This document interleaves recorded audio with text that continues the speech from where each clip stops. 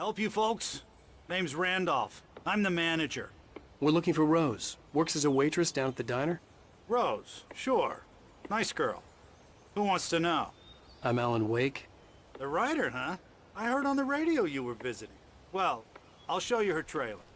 That Rose, she's a nice girl. Always pays her rent on time. As I was saying, Al, I found all sorts of weird stuff from the local newspaper's archives. This place is crazy. Disappearances, mysterious deaths, urban legends come true, and get this, most of this stuff takes place around Cauldron Lake.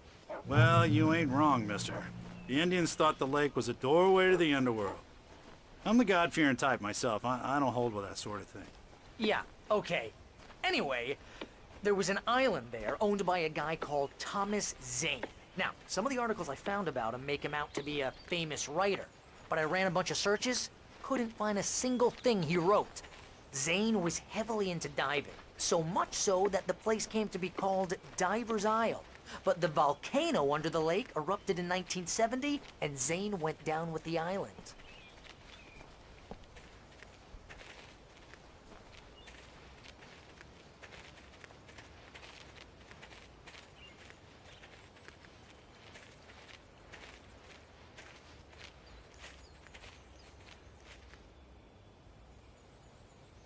It gets better.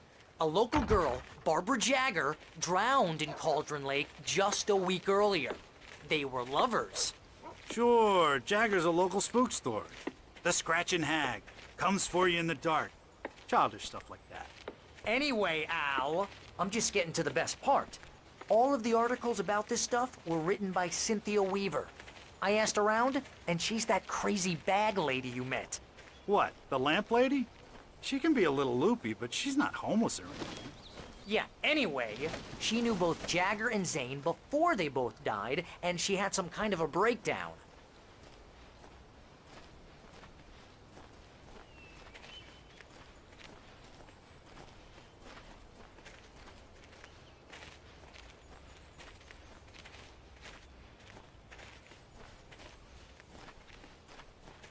Well, mister, this here's Rose's trailer.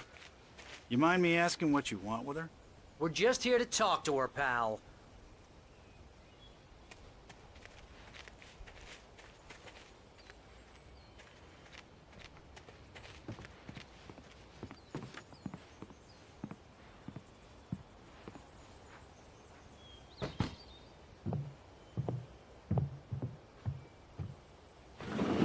Welcome to...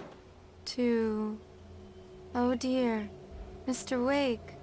I'm so glad you're here. Rose, you have my manuscript? Oh. Oh yes. Yes. Please, come in. Hey, this is really good. Rose, Yes, my manuscript. I really need it. I understand. I know what you need. A muse to inspire you. Oh, for Barry. She doesn't have anything. Yeah, hey, Al? Oh, what's... Oh... Barry! What? What?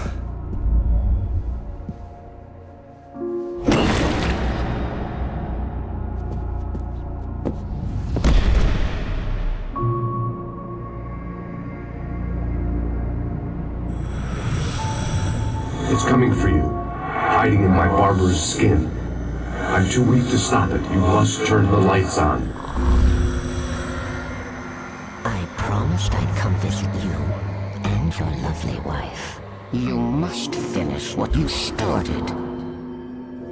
I insist. You must turn the lights on. Turn the light on. Back to work, boy.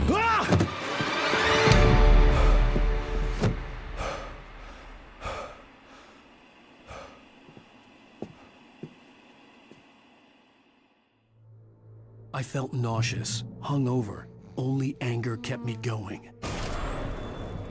I can't tell reality from dream anymore, but it seems I have an imaginary editor to help me. She's an old woman in a funeral dress. I call her Barbara Jagger. She's very strict. I'm writing faster and faster. My manuscript is being heavily revised. The edits are getting very aggressive, and each day there's less of me and more of her. I hate it, but I know she's right. She promises me I can save Alice this way. She knows more of this than I do. About the complex incantation I'm attempting. About this place. She's worked with another writer under similar circumstances, Thomas Zane. The genre of the story seems to be shifting. It's turning into a horror story. I'm getting close. I can feel it.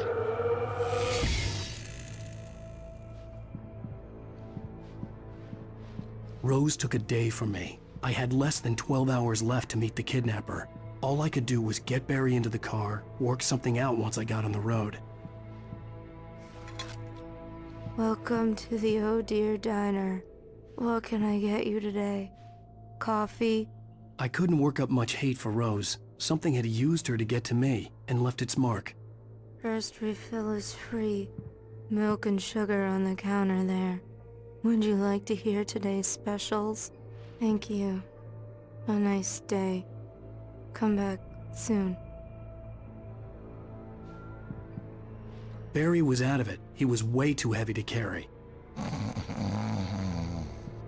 You're right. I deserve more money. So handsome.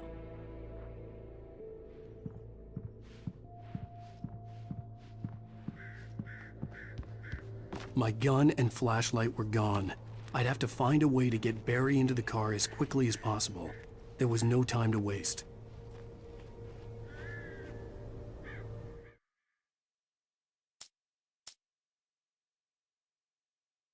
Mr. Randolph liked Rose. That little smile she had. How she was still...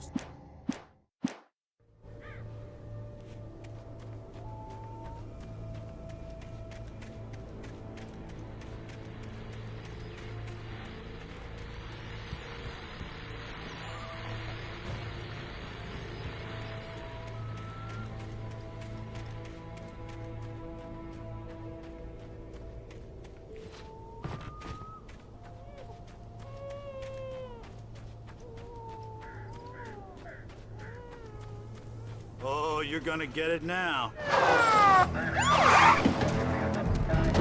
God knows what you've done to that poor girl. This is Agent Nightingale, FBI! Get him up, Hemingway! You're under arrest! You move a muscle, I'll unload right in your goddamn face! Stay right where you are, Slane!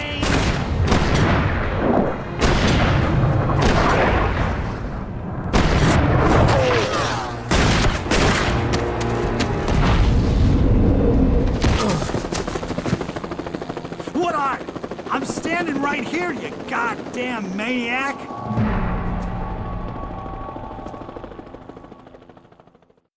I hated to leave Barry behind, but there was no way I'd miss my appointment with the kidnapper. Give it up, Mr. Wake! Come on! Take it easy on him! Get away! Move it! Move it! Move it! I'm taking shots if you let him get away! Right there! He can't be caught!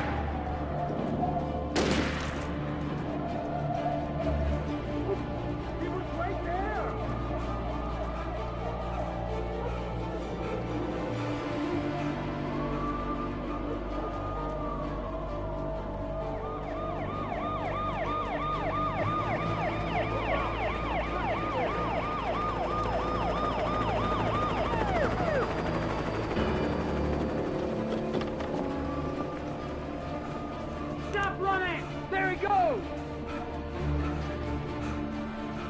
Okay, men, keep your eyes peeled. He's gonna try to make it. Where did he go? Oh, damn. Fan out!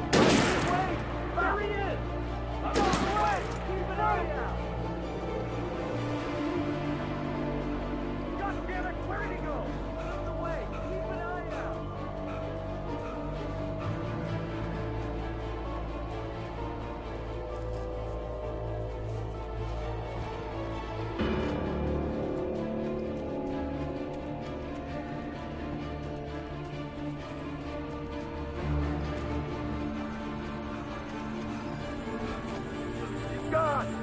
up, guys. We need to head him off.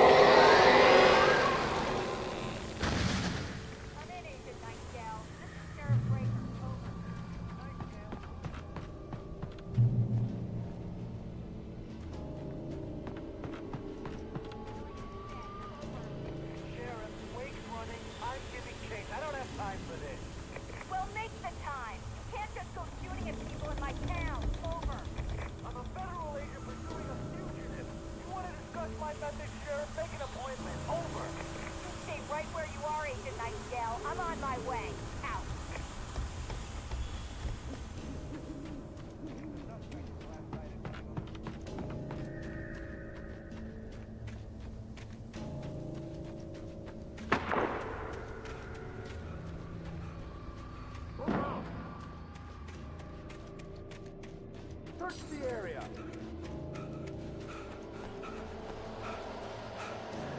Take shot. This way. Over here.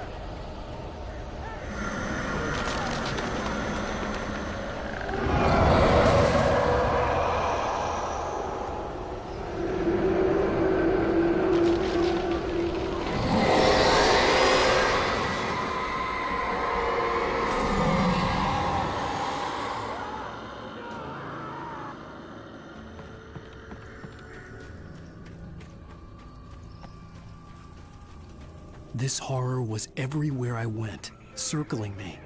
The cops didn't stand a chance. They were after a writer, not a monster. Wait, are you seriously telling me that geek writer just took out my deputies? Are you kidding? I mean, have you seen this guy? He wears a tweed jacket. Over. He's the guy we're chasing. If it's not him, who then? Bigfoot? Over.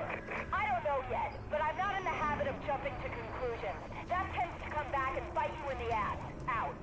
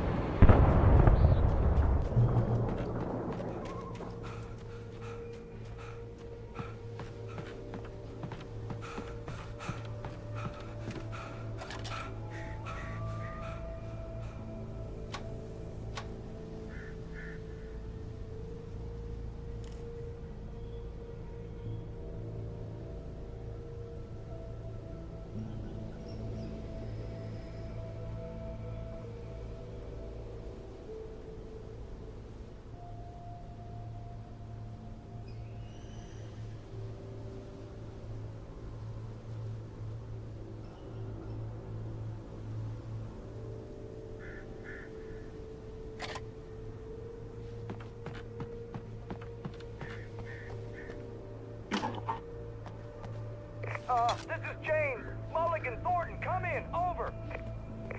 Thornton here. James, we got both Wheeler and Rose in custody. They didn't put up a fight or anything. Why, they were... Hey, what are you... Come on! Sit down and give me that. James, Mulligan here. Over. Go ahead, Mulligan. Over. We got Wheeler and Rose here. Wheeler's drunk or hopped up on something. speaking of which, that Fed had a pretty distinctive whiff of Otis Scotch about him, if you know what I mean. Over. I don't have anything on that, Deputy Mulligan. Over. Well, whatever.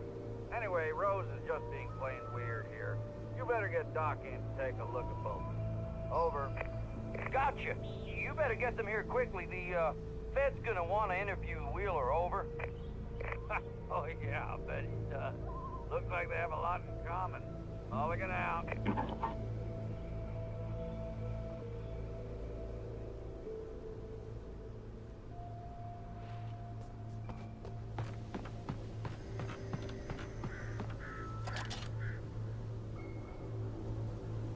I could see the lights of the radio station in the distance.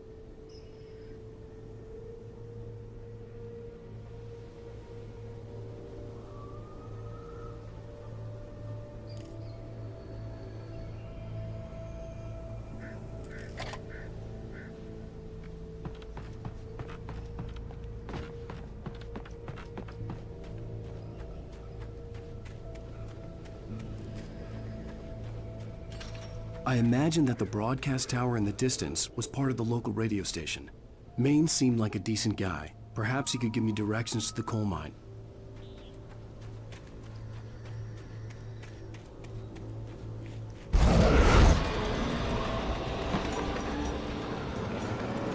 Unnatural shadows clung to the gate. The darkness that was after me was trying to stop me. I wouldn't get through without light.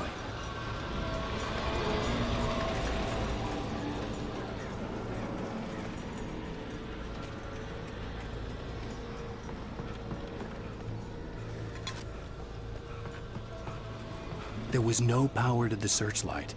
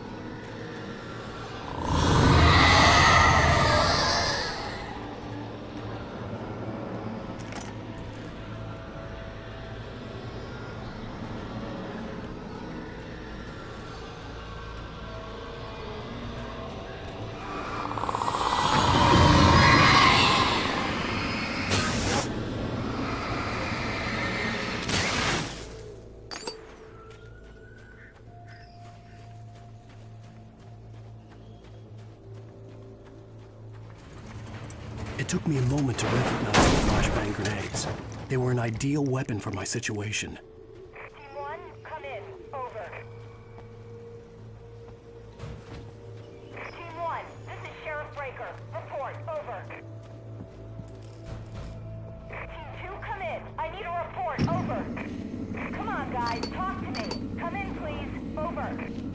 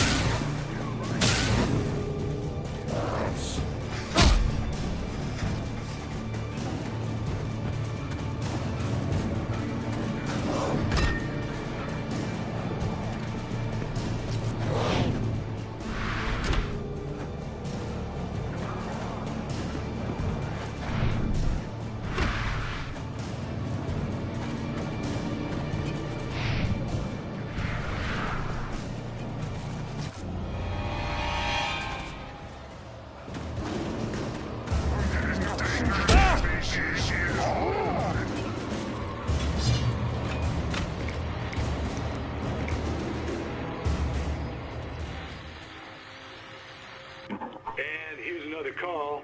You're on KBFFM with Pat Maine. It's Milt Peabody, Pat. What's on your mind, Milt? Well, I live near the trailer park, Pat, and there's a big ruckus going on over there. Well, that's just up the road from me, too. What's going on, do you know? I don't know, but there's a bunch of police cars there, lots of sirens, a helicopter buzzing around, and I think I heard some gunshots. Gunshots? Yes, sir, like from a pistol. So can you find out what's going on? Because it's just next door and they're popping off guns there. They're still shooting? No, it was maybe 10, 15 minutes ago. It sounds serious, Pat. I'm telling you, it don't sound like no party. Well, I'm certainly going to give the station a call, Milt. Okay. You'll hear it here as soon as I hear from them. Okay, thanks.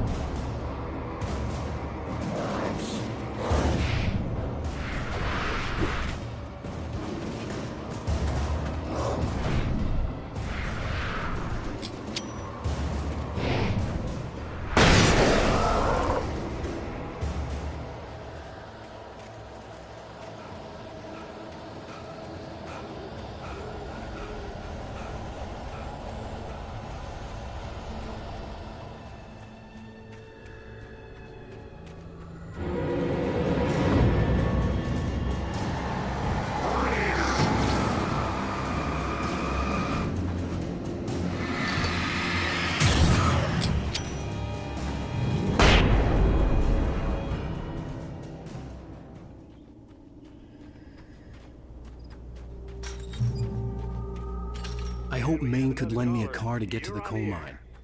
Matt,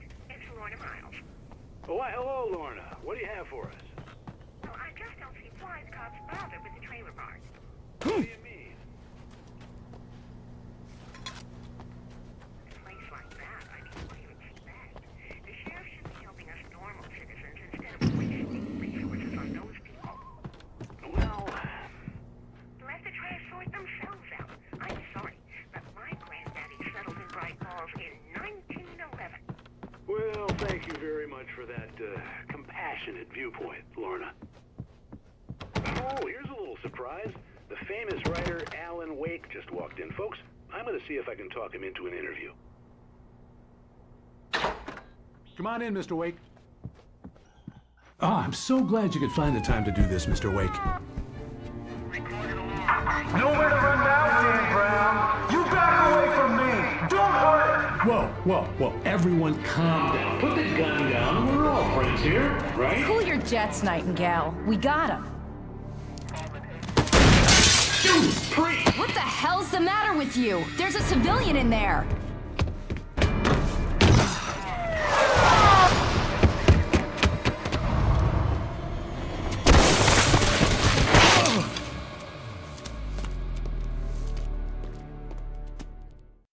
I'll get you yet, even if it kills me. You hear me? You hear me, H.P. Lovecraft? I had fallen off so many cliffs it was ridiculous. That's what you get for naming a book The Sudden Stop. It was probably good I hadn't had the chance to tell Maine where I was going. I'd have to lose the cops and find my own way to the mine.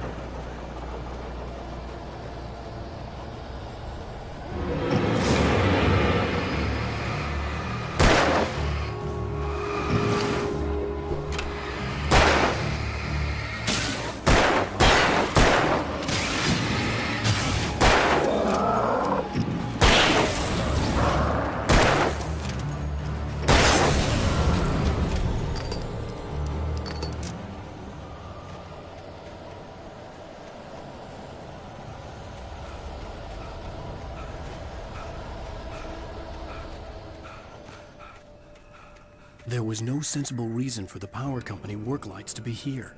It was almost as if they'd been left for someone like me to use.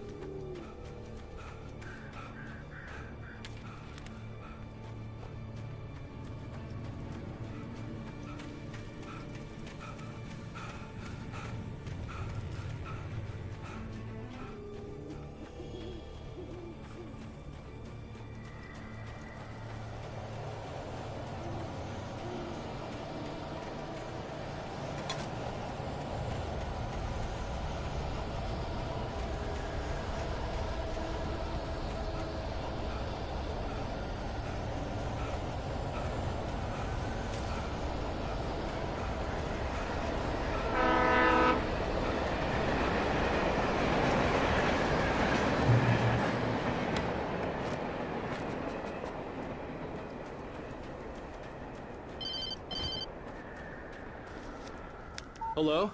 He's the most stubborn man I've ever met. Alice? Alice? Alan, I'm so afraid.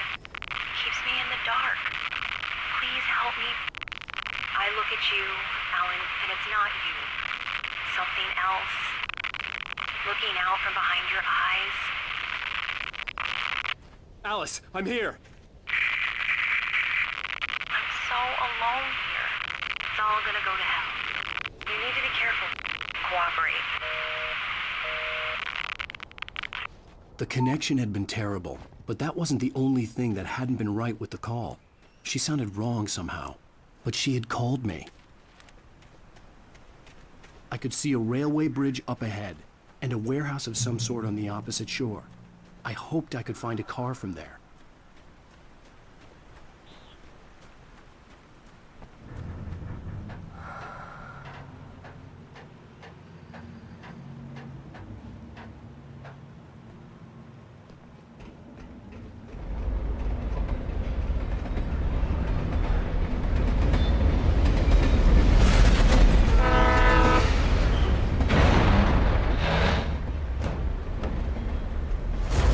That was pursuing me was growing stronger, and it was taking over everything in its path.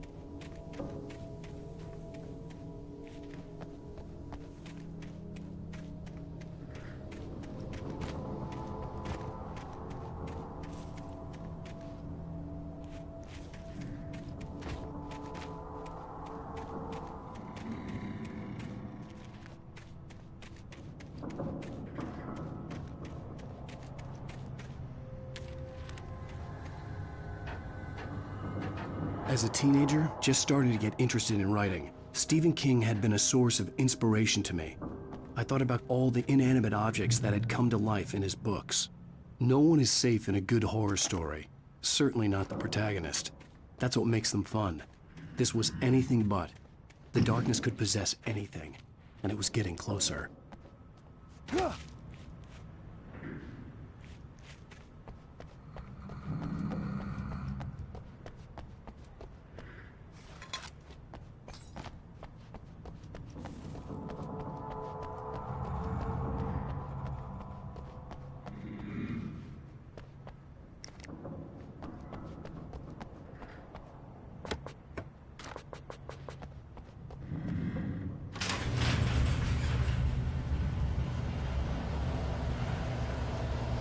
Did you call 911?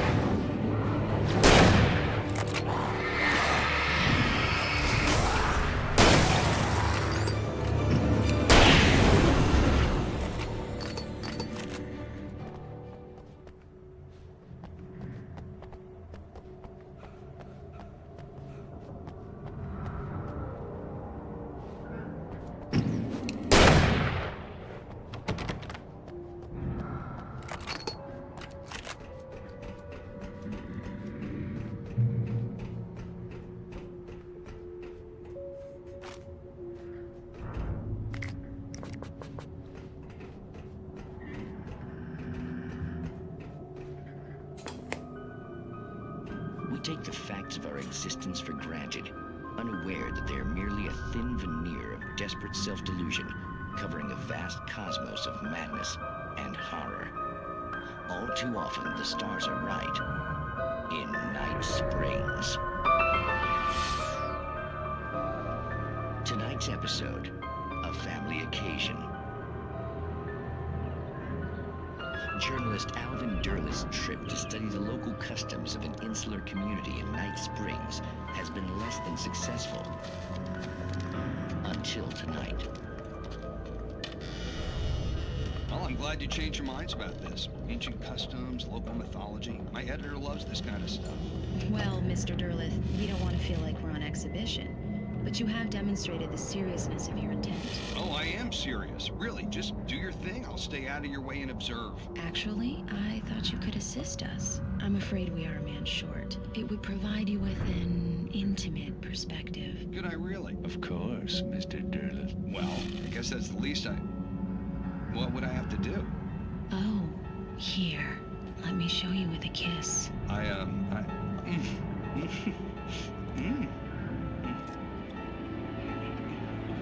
What did you...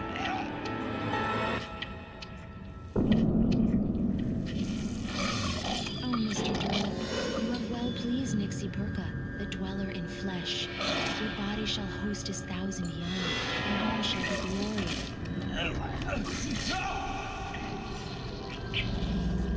Shh, darling, be calm. Shh. Alvin Derleth learned a harsh lesson.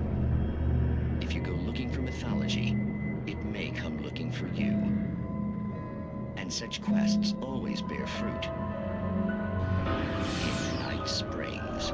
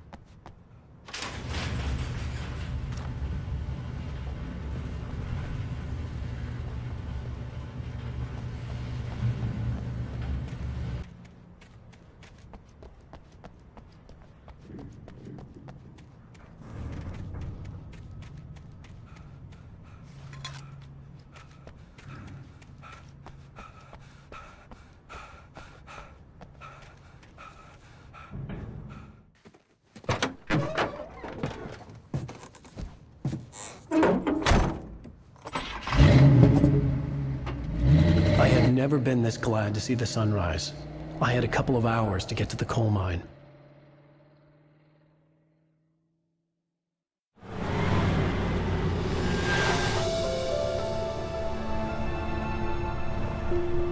The coal mine wasn't far now.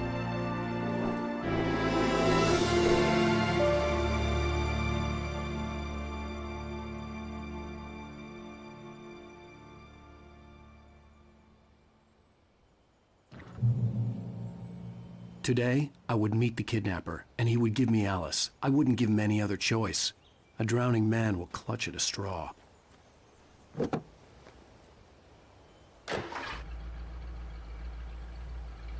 Little by little, without realizing it, I'd come to believe that the story in the manuscript was coming true.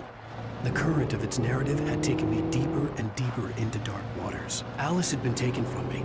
Barry was probably in jail. I was a fugitive from the FBI. The whole world taken over by the dark presence was trying to destroy me. It all felt real. but it matched a textbook case of insanity.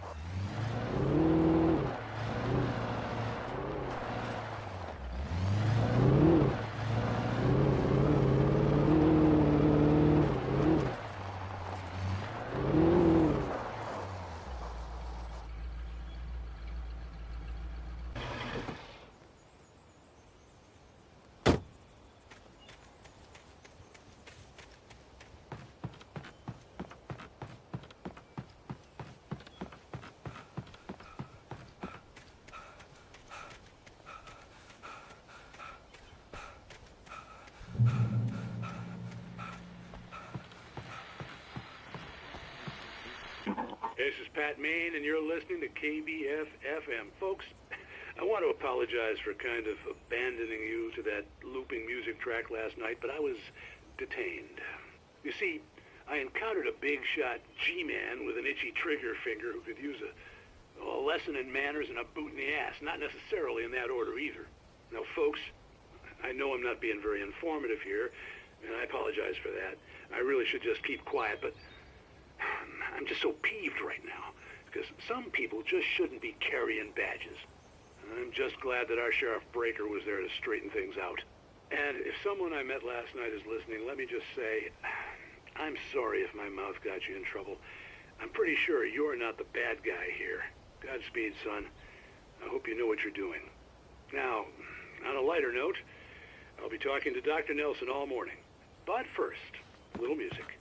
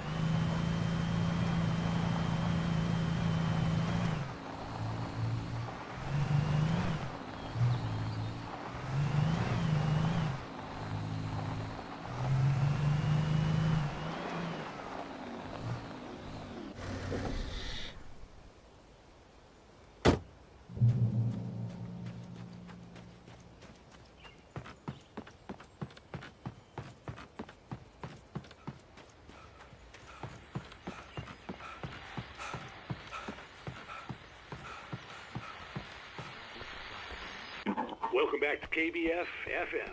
Hope you enjoyed that tune. Now, Doc, you were talking about life and finding that special someone, that soulmate. Well, you were talking about that. I was saying I don't buy it. Well, see, to me, that's strange, because I always pegged you as a hopeless romantic. You got me there, Pat. But I think love's where you look for it. And you need to do a lot of looking, sure.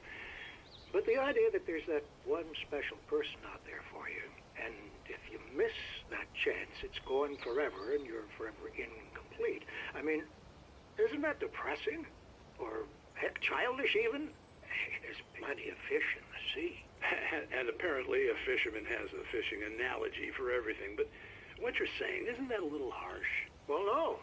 What I am saying is that your potential for finding that connection isn't limited to what's essentially a chance encounter.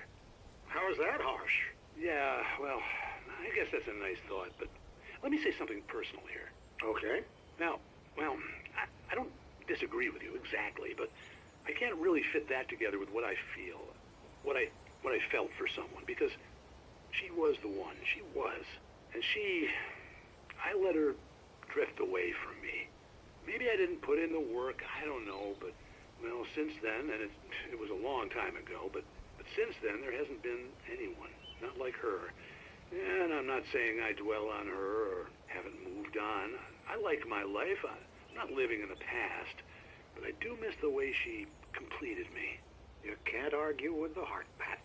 I'm sorry, folks. I had kind of a scary experience last night, and let's just say it's shaken a few things loose.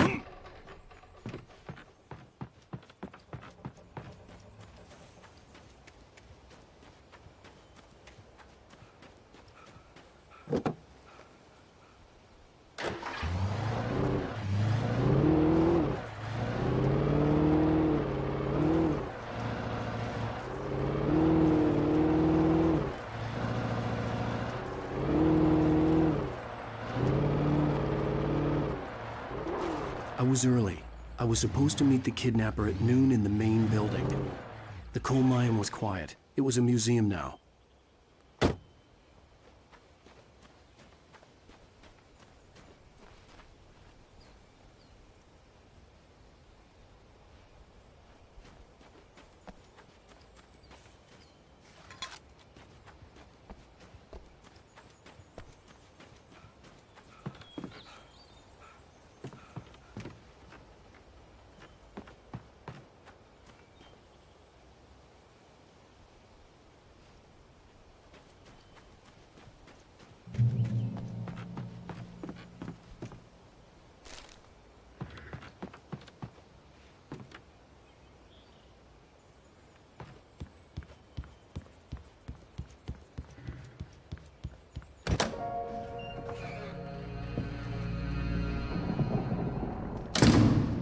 I didn't want to go outside. Cops had to be looking for me. The noon sun turned the place into a sauna. The day dragged on. Different scenarios ran through my mind. Ways of how I'd torture the kidnapper to get Alice back. Or the different horrible things he could have done to her. I imagined her dead. I had no way of knowing she was still alive. It was killing me. I was running on blind hope. It was all a waste of time. The bastard never showed up.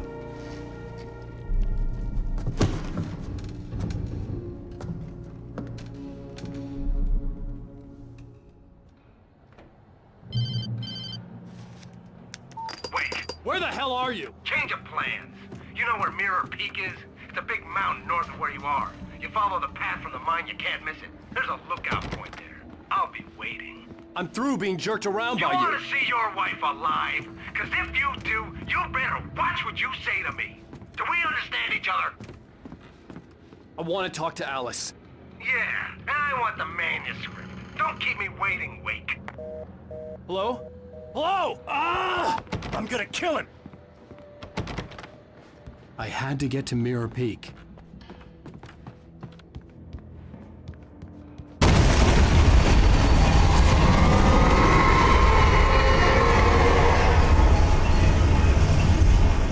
It was close.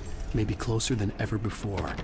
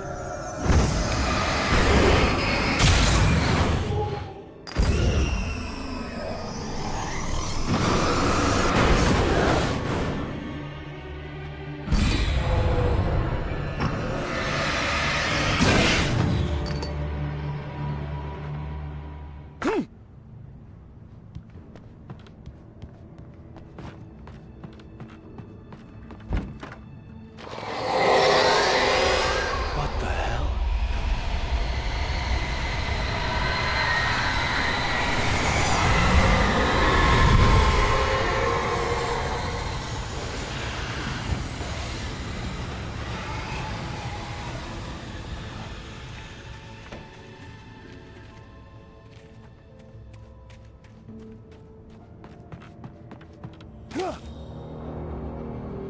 The only way to reach the hillside ahead was to go through the building. I had to find a way to avoid electrocution.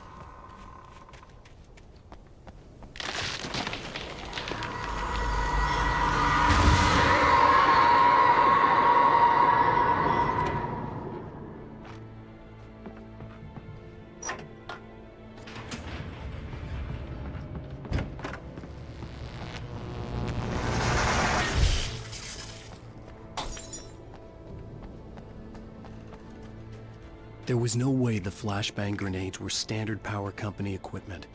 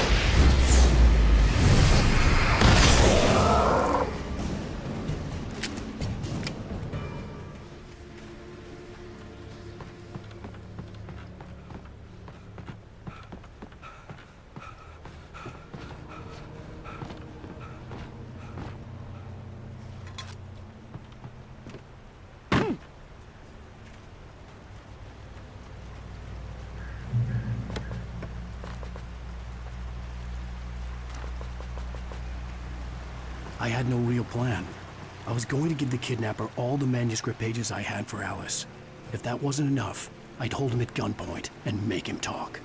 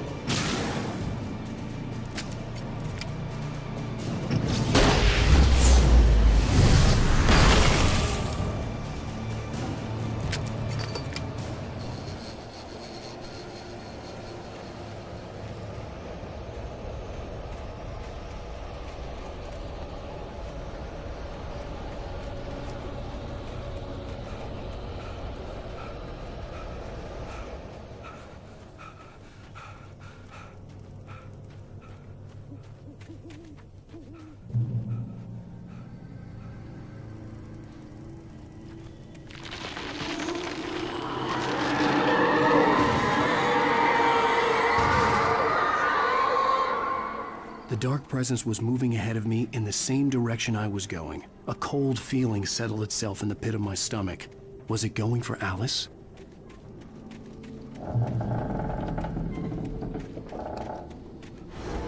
The graveyard shift may cause cancer.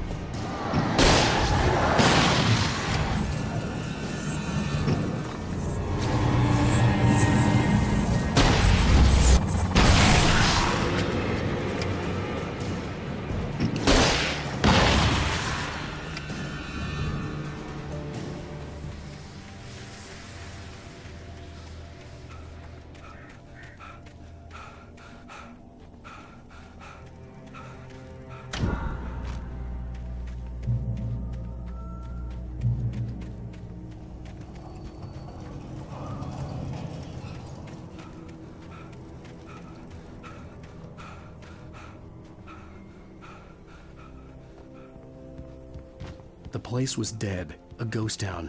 Had been for decades, maybe a century.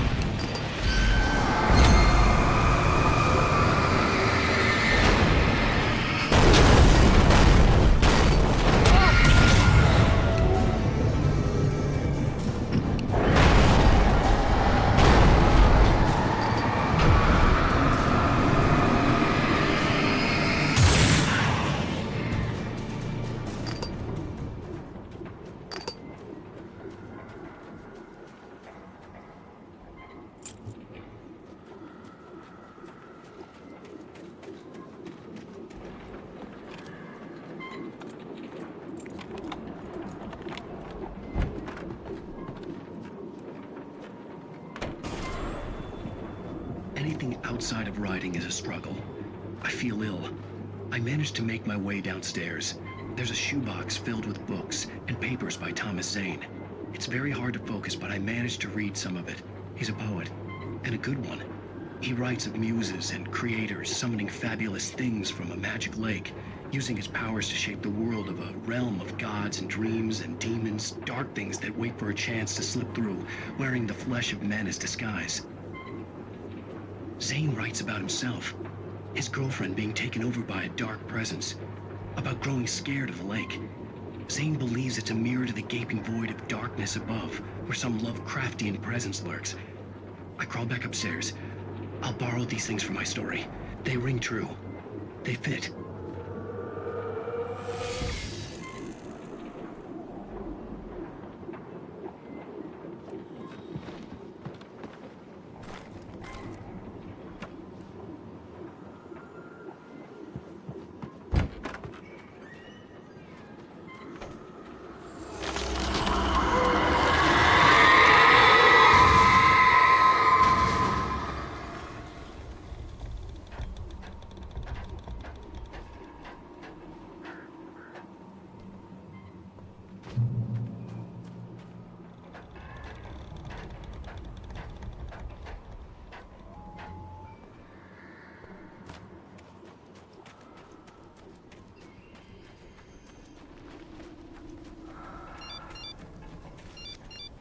The kidnapper had sent me a text. The message was full of spelling errors and insults. It was telling me to hurry up.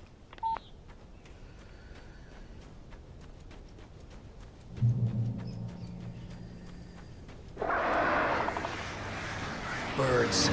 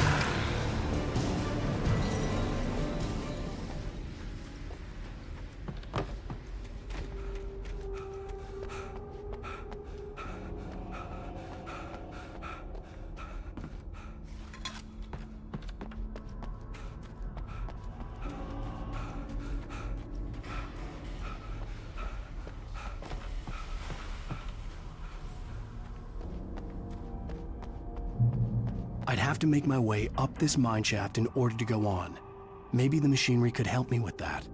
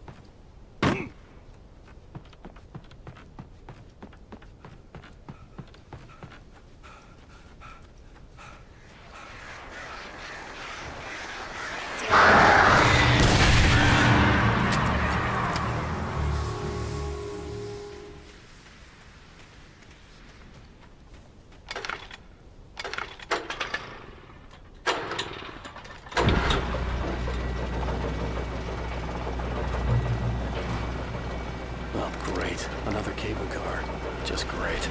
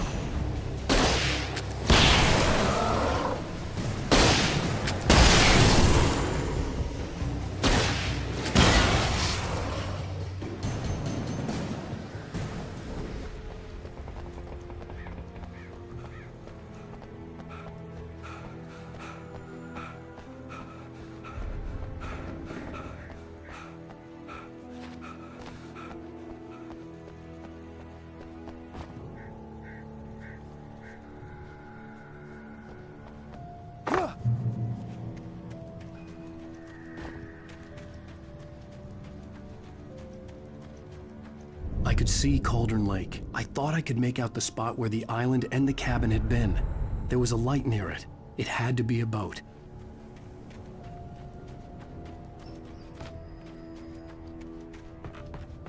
I was close now. I had to get there fast. I dreaded what I would find. Wait! Are you? Wait! Hey, I'm here! I'm coming! No! Get away! Sorry. Please, it's late. The boss didn't know who he was messing with. I didn't know. I swear, I didn't know. We don't have his wife. We don't know where she is. She's probably drowned. We just said...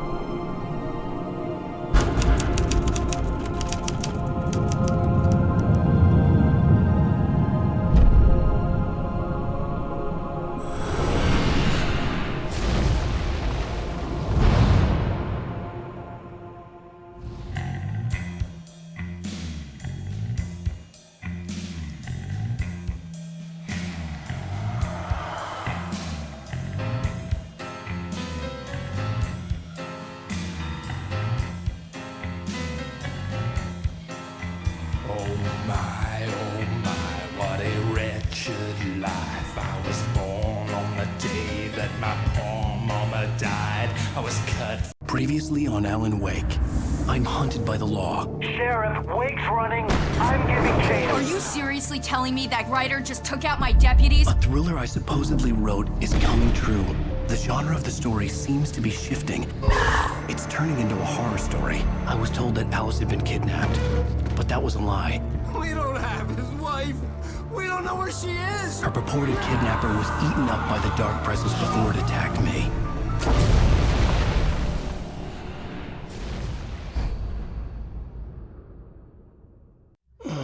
Alan, shh, baby. It was just a nightmare. Alice. There you go, Alan. Hartman, I fell. I had to give you a sedative. Don't fight it. You went through another rough period. What?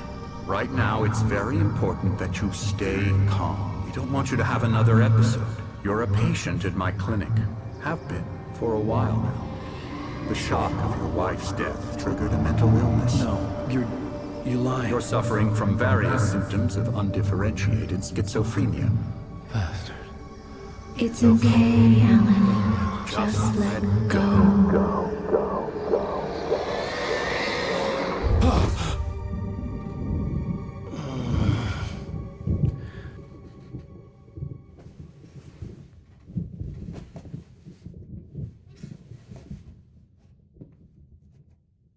I felt groggy. Whatever Hartman had bumped in me was making me numb. I felt like this was happening to someone else. Someone I was watching on television. I couldn't think. Couldn't focus. The door was locked. I was a prisoner here. There were only empty sheets of paper here. No manuscript pages.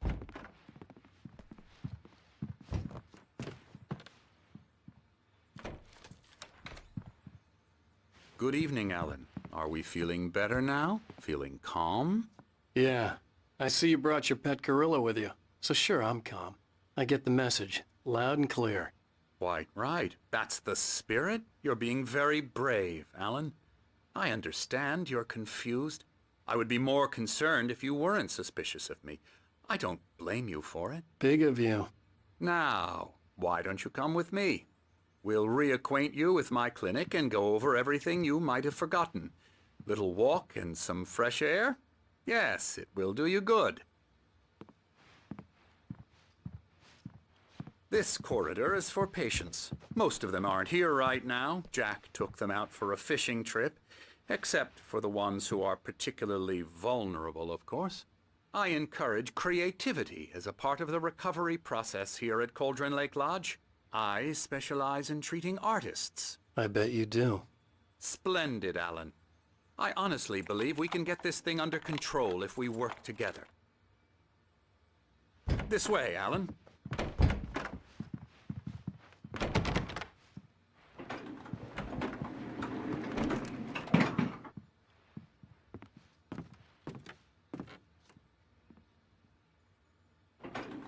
Now, Alan, from past experience with you, I know I need to get right into the heart of the matter as quickly as I can after an episode.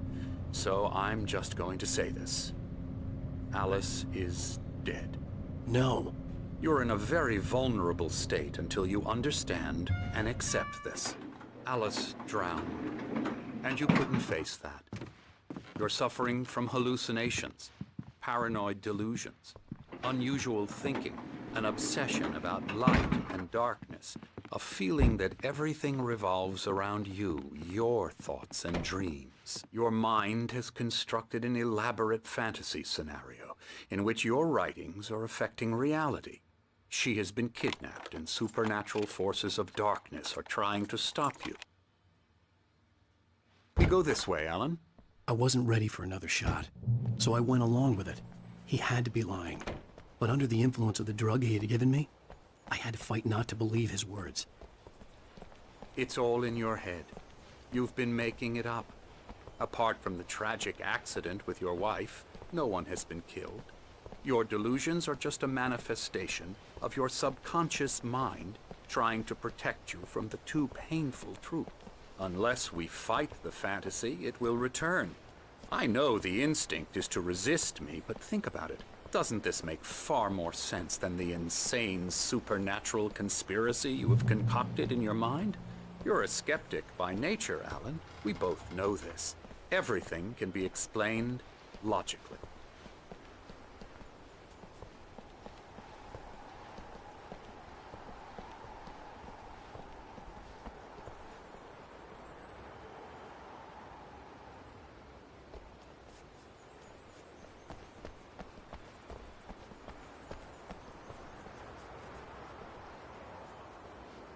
I never get tired of this view. Very inspiring, isn't it? Cauldron Lake spread below us. I could see Mirror Peak on the other side of the lake. I thought I could make out the spot where Diver's Isle had been when I arrived with Alice. Now there was nothing but waves. It seems there's a storm coming. Funny, I don't recall there being a mention of that in the weather forecast. Well, no matter. This way. Follow me. Alan, what I'm telling you is good news. Right now we're in control. Every time you have a relapse, it gets more and more difficult to resurface from the dark depths of your imagination. Not surprising, considering your profession. Imagination is what you work with. After all your nightmares, this should come as an immense relief to you. If it doesn't, why is that? Because I'm lying? Or because you don't want to admit that you're not well? It's very natural for you to think of me as your enemy. It's part of the illness. I let him talk. Hartman obviously loved his own voice. His words echoed madly inside my head. But I dug my nails into the palms of my hands to stay You focused. need to work with me. Once you accept that, we can begin the journey towards your recovery. Come along. Let's go inside.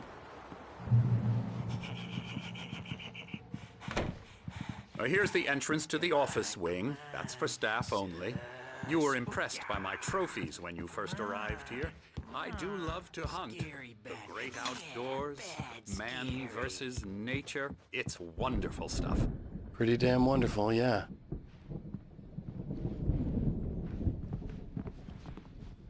Scary, scary, scary.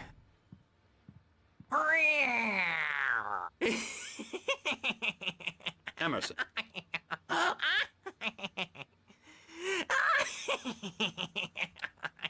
I'm a real bad dream, mister. You should be afraid of me. Don't want to run into me in the night, that's for sure.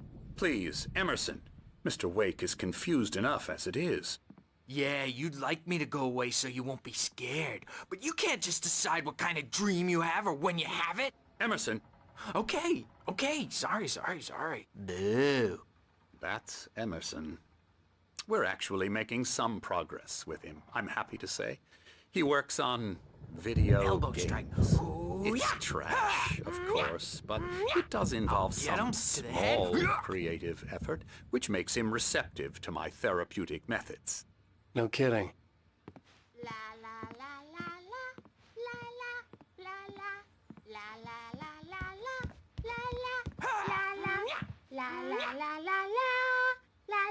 Come, Alan, this way. Now, you might have noticed the typewriter in your room. You've been writing as a part of the therapy. As soon as you feel up to it, you should continue.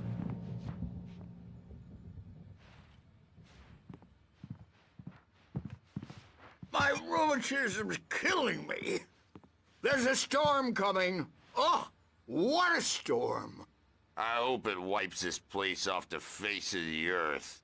And these two are the Anderson brothers, Odin and Thor. They had how should I put this? A heavy metal band in the 70s and 80s called Old Gods of Asgard.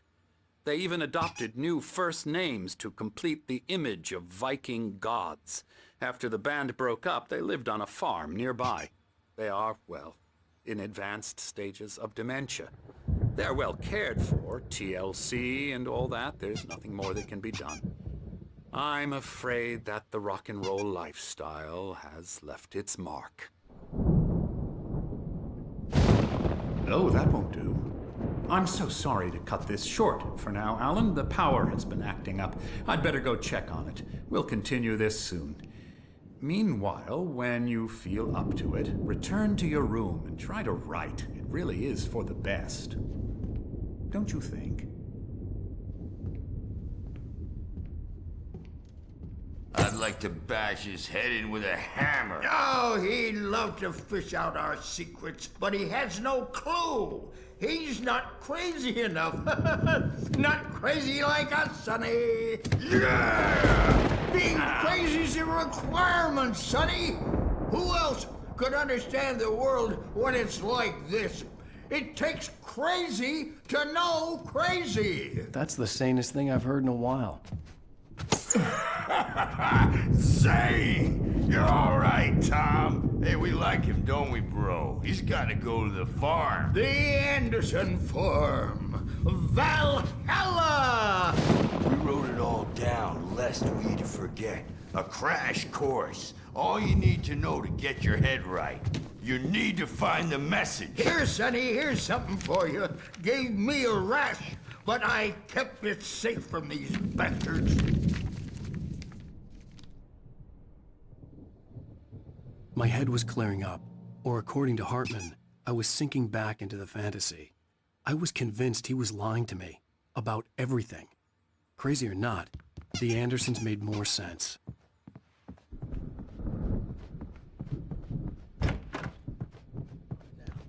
Yeah, good thing he's not overreacting or anything.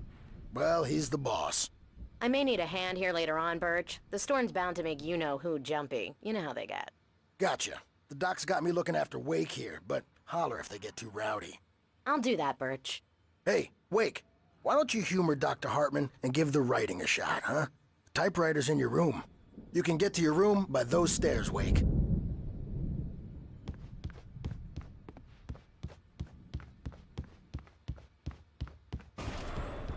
Something's wrong. I'm not myself.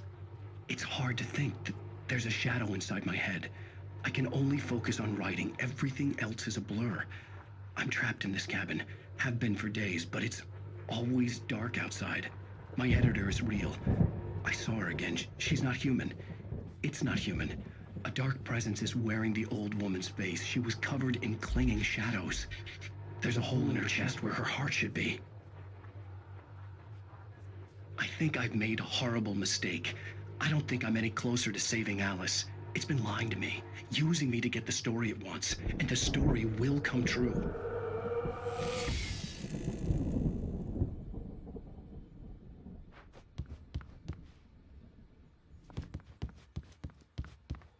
The generator hadn't been activated, and there was no key.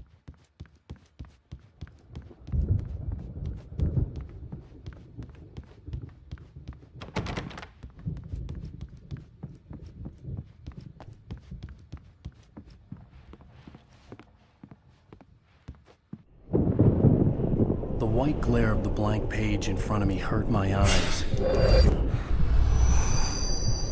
My hands began to shake uncontrollably. Everybody, calm down. Put that down. Bert, I need help. Hey, Wake, you stay here. I'm gonna go see what's up. You just keep doing what you're doing. Be cool, okay?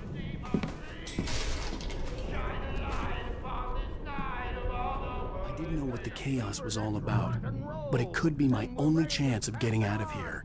Where the hell did he get a damn hammer? I don't know. Here's a friendly poke from Mjolnir, wench! Oh, afraid of the crazy brothers, are ya? Not so weak now, are we? Well, things are unraveling fast. Sinclair looked bad. That wasn't a love tap. The crazy old fart hit her hard. If she was one of Hartman's goons, she had it coming. I could get the key to the office wing from Sinclair. I had to get to Hartman's office. He had taken all my manuscript pages. That's where he'd be keeping them. It's time to pay the piper! Maybe you could come out and beat our wrinkled, adult, diapered asses for it, since you're so tough, Bert.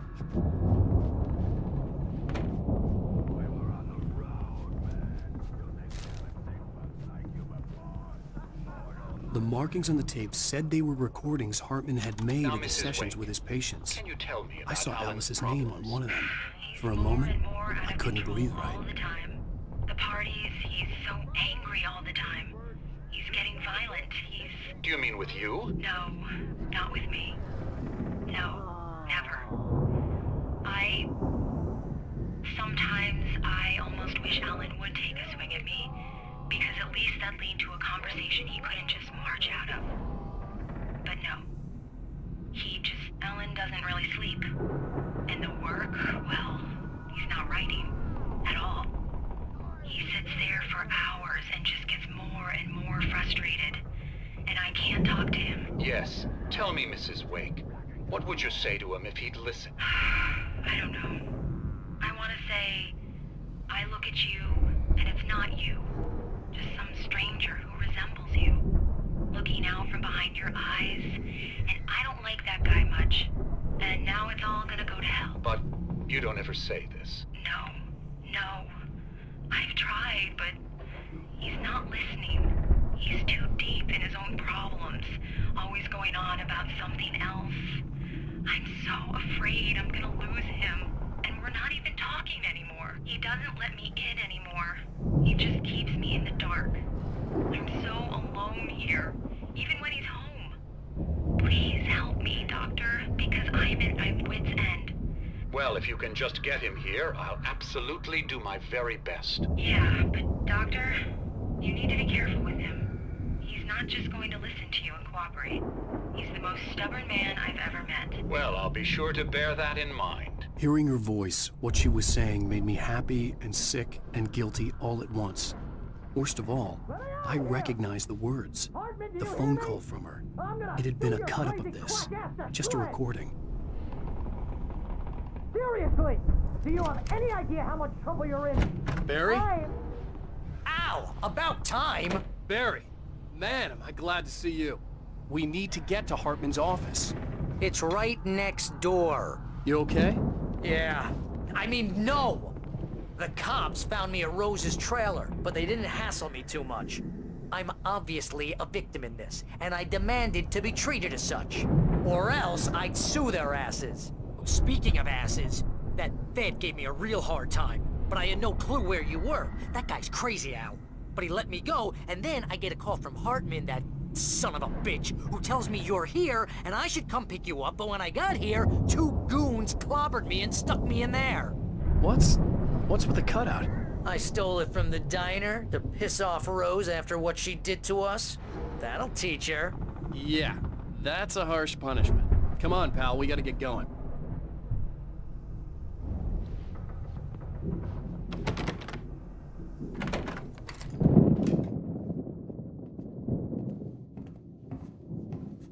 These were all the pages I had on me. And more.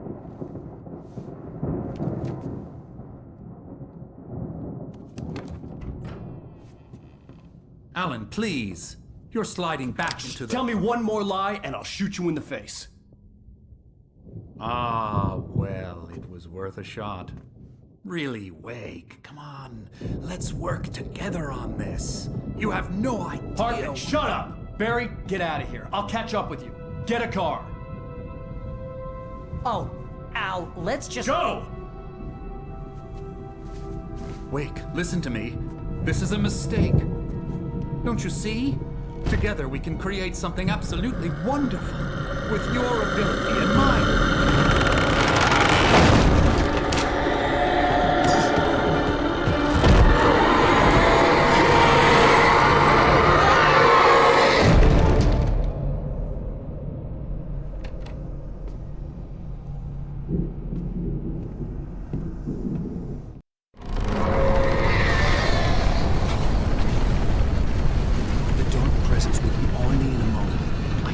Find a way out.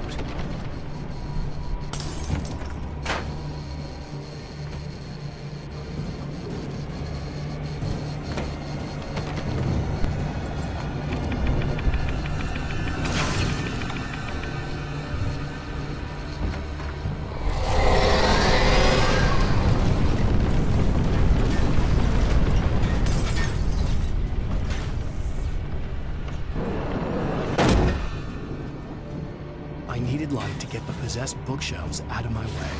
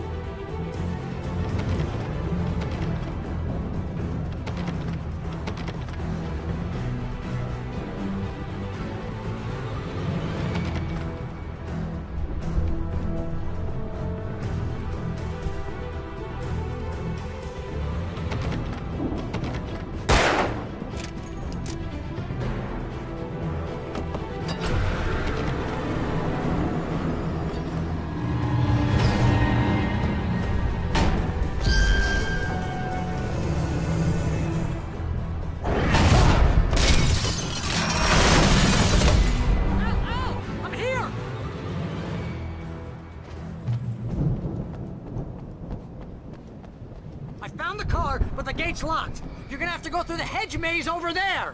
Barry, I don't have a light. Take this, Al. Oh, God! Look at the house, Al! Look out!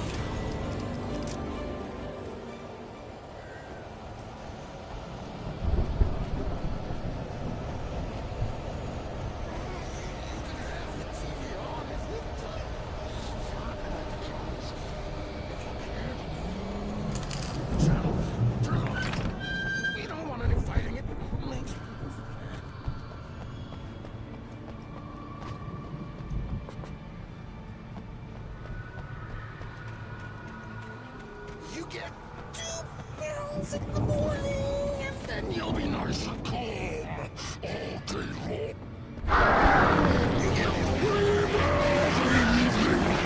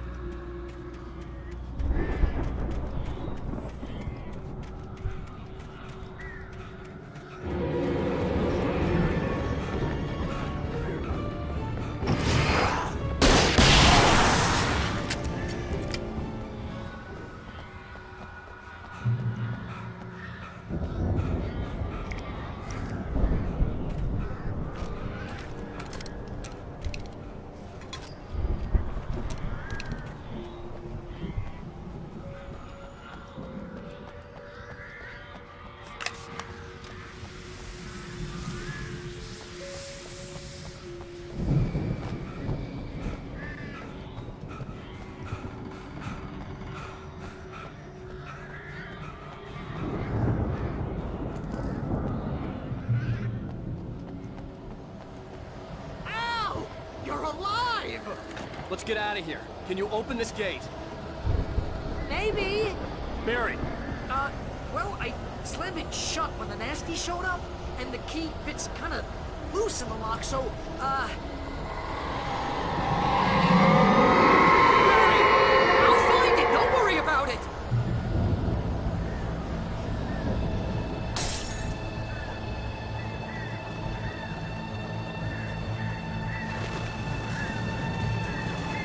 Hurry up, Barry! I'm on it! I'm on it!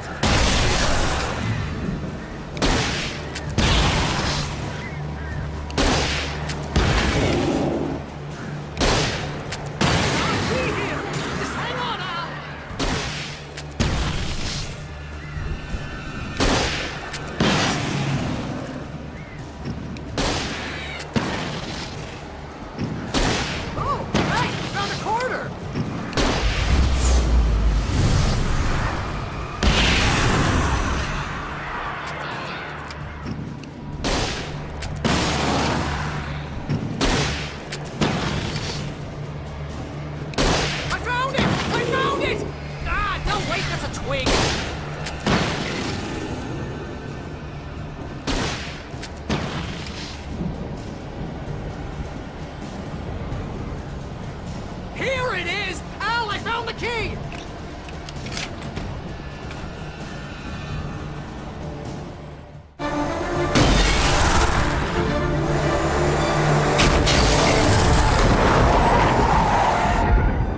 Al, please tell me we're headed for the nearest "You're now leaving Bright Falls. Come back soon" sign. We're going to the Anderson farm. I knew you were gonna say something like that. You know what? You owe me big time for this. When this is through, if we make it, I don't care what anybody says, I'm done with darkness. You're gonna buy me a tanning bed as a gift, and I'm gonna live in it.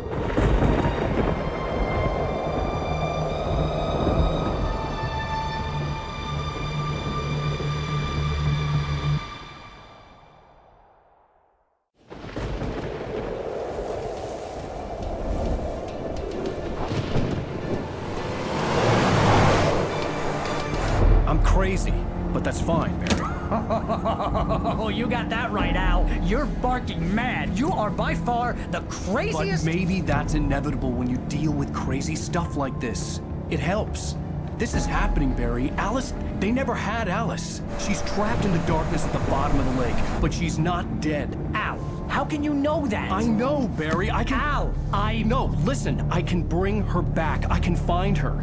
There's something special about this place. The lake, it does something to the works of art created here. It makes them come true. But there's a catch. The dark presence, whatever that thing is, twists it to its own ends. That's why all of this is happening. It's using my manuscript to take over everything. Al, I believe you. It happened to Thomas Zane before, it happened to the Andersons. I believe you. Crazy or not, you're not delusional. Weird shit's going down. That's a fact. I'm on board, man. I'm with you. The Andersons knew about it, but they were too far gone to tell me with all the drugs they were on. But they wrote it down. There's a message somewhere at their farm, Barry. You just need to find it. Look out!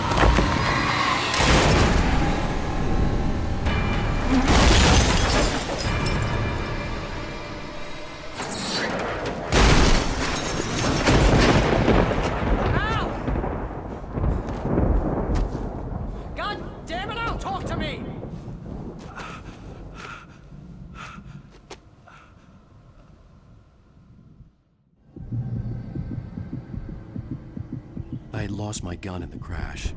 Barry was nowhere to be seen.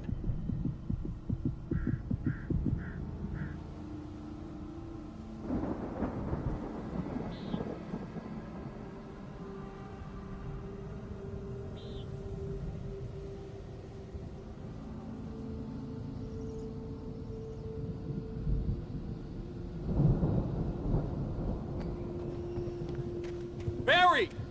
Barry! Oh, man, you're okay! Jeez, it's good to hear your voice! I was trying to get out of the car, but the ground gave way! Man, what a drop! Don't worry, your cutout is fine. Forget that! Are you okay? I hit some bushes, didn't get a scratch. There's no way you can climb down, though. It's like a sheer wall. Al, there's something moving down here! Barry, it's a taken! Use a flare, Barry! Barry, are you all right? I'm good, Al! I'm great! Guess you never messed with anyone from New York City before, huh? You're gonna have to find your way around to the farm, Al! I'll be waiting! Barry, just wait for me, okay? Al! I'm not staying here! It's suicide! I'm going to the farm! I'm gonna go ahead and secure the area! You can catch up! Don't worry about it! I'm on the case! Now he's Rambo. This would turn into a disaster if I didn't catch up with Barry.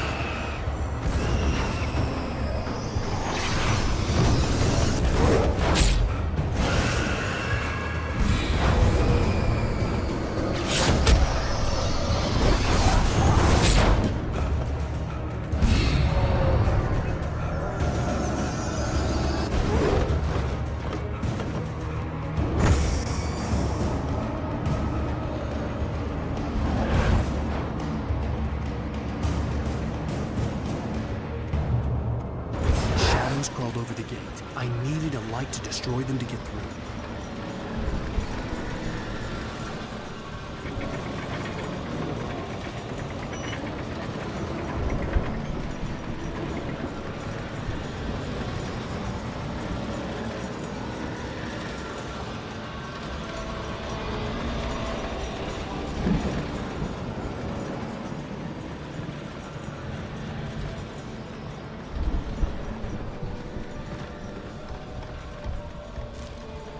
I hoped there'd still be a working generator somewhere around here to power up the old lights by the gate.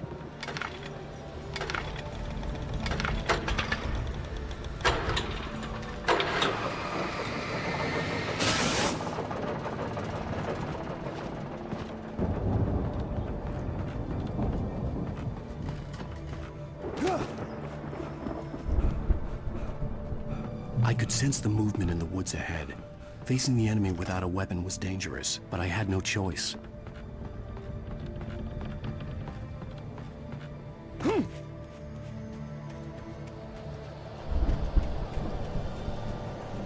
Omega-3 fatty acids are good for your heart.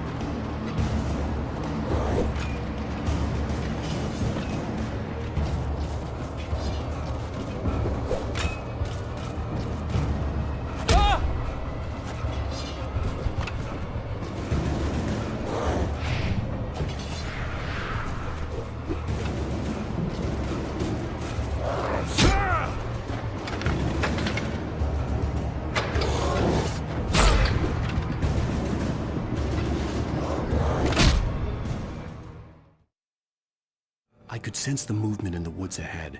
Facing the enemy without a weapon was dangerous, but I had no choice.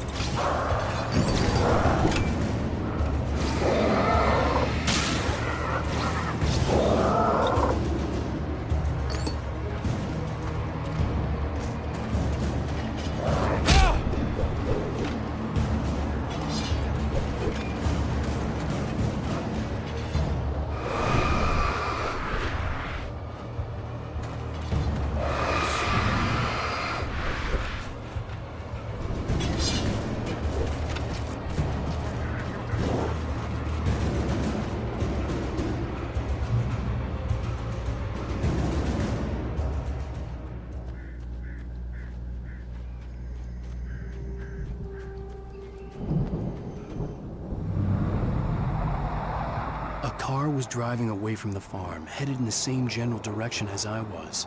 For all I knew, it was Barry, caught in the consequences of leaping before looking.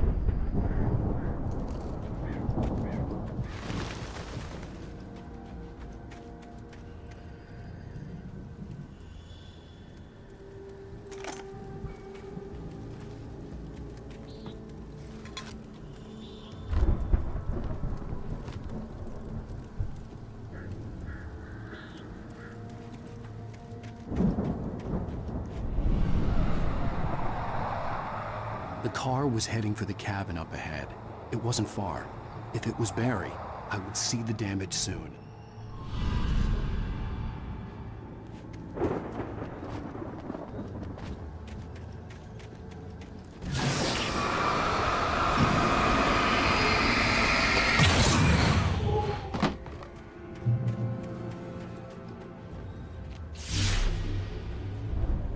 I'm trying to deliver each page to the right time and place.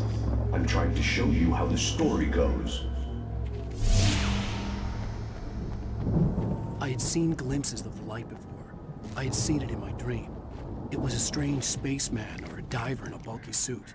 He was the one who'd been placing the pages on my path.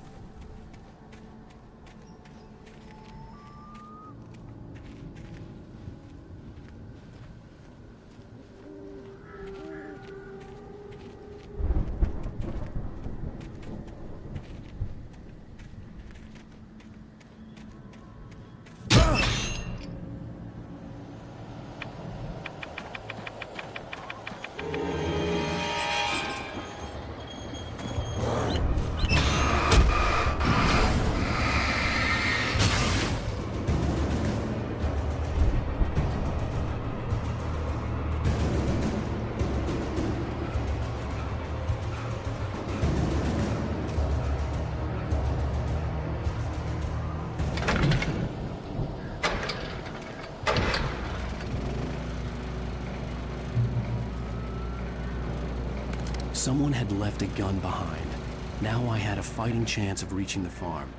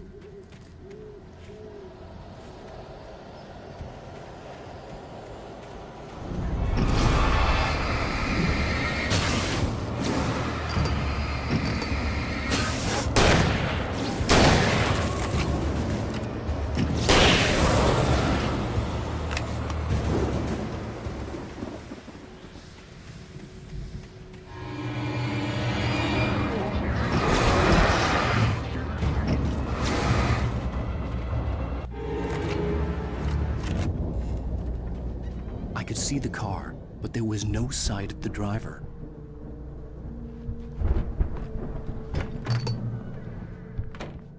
Hello? Anybody here? Barry! No! Danny, you're not! Please! What are you? No! Don't! I'm sorry!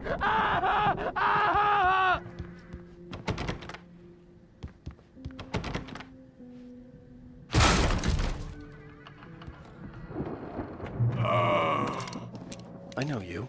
You were in jail the other day. I went to the farm again for the moonshine, you know? It makes you see. They're not gonna miss it. They're in the loony bin. My buddy, Danny, I lost him. Something's gone wrong with him. It's not him.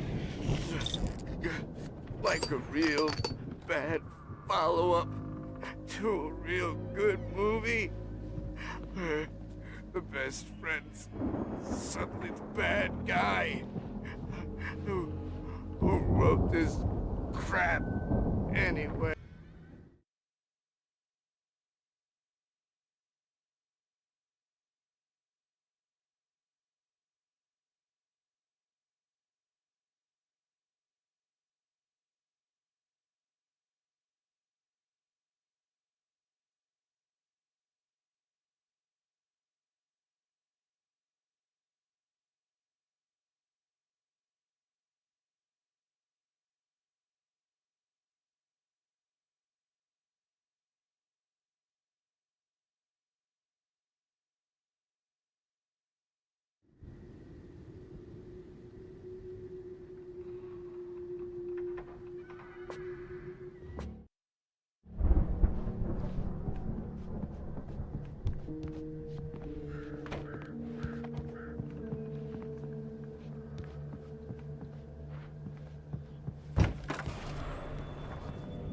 I've run through every possible course in my head.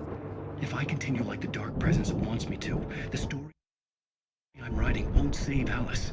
It's a horror story, and it's going to kill her, and me, and everybody in this town. No one will survive. Darkness will consume everything. This is what it's wanted all along. It will be free, unstoppable. It used Alice to get to me, dangled her in front of me to keep me going. It was never going to release her. I'm going to change this. I'll escape. I've written myself into the story. I'm now the protagonist. This feels like a terrible risk, but it's the only way to save Alice. I'll be bound by the events of the story just as much as anyone else who's been woven into it. The story must stay true for this to work. There have to be victims along the way, near escapes, cliffhangers. In a horror story, it can't be certain that the hero will succeed or even survive. He almost has to die. I'll write my own escape into the story next. I need help. Zane's going to be the one who'll help me. I'll make it happen.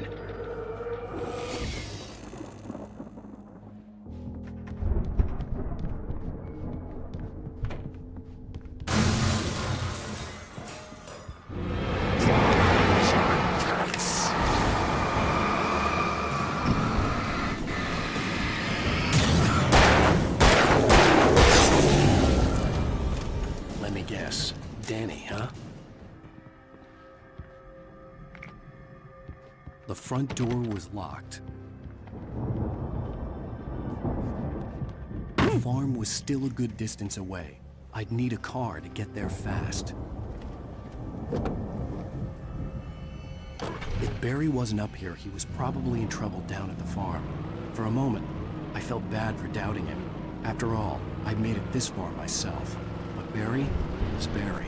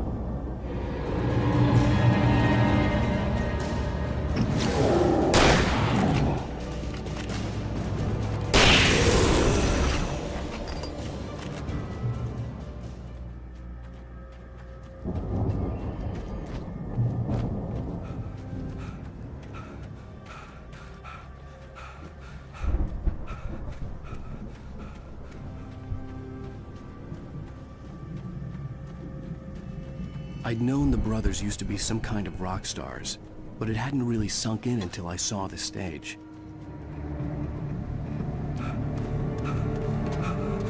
Ow! Run! Incoming! There's too many of them!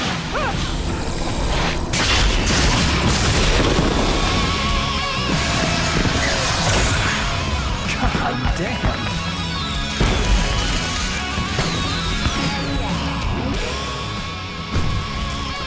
I'm so glad you decided to go it alone, Mr. Johnson. Shut up and shoot! Ow! We have to fight them off! I can set off more of the fireworks from here and help you out! Hey, Al! Did you notice there's a lot of ammo and stuff around? This place is stocked! Hold on! I'll try to get the stage lights on!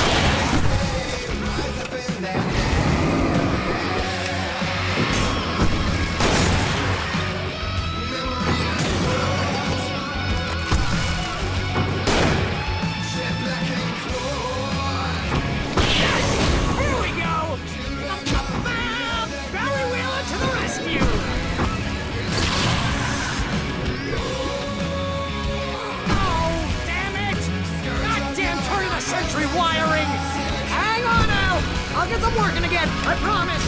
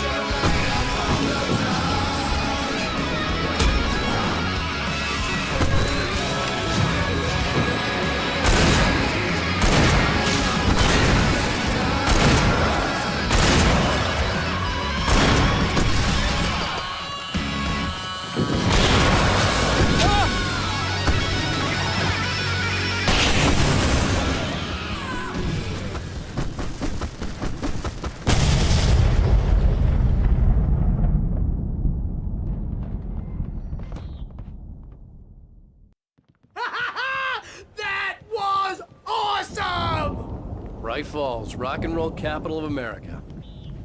Hey, Al! This way to the farm!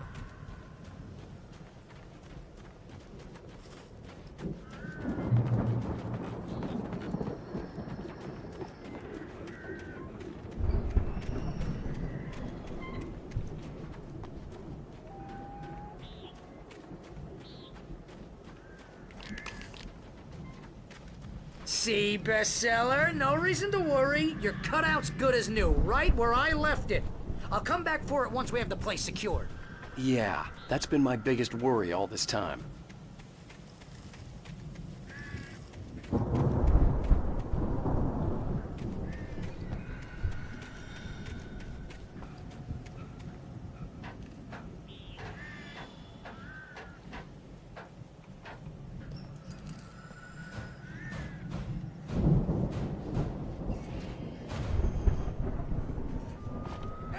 think Alan Wake here has something to say. What's that, Al? Ooh, I'm Alan Wake. I'm always right about everything. And if I don't get my way, I'll sulk all day long. I'm always intense and moody. It makes me very attractive and mysterious. Right now, I'm just standing here because I need my best friend Barry to carry me. But that's okay. I can just take him for granted. I think I see what you did there.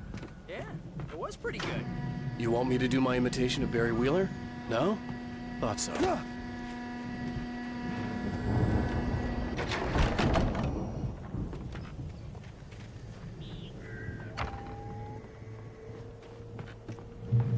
Wow! You look at that thing, Al! They really went all out with this Viking crap, didn't they? Look at all this stuff! They must have done okay for themselves. Sleep.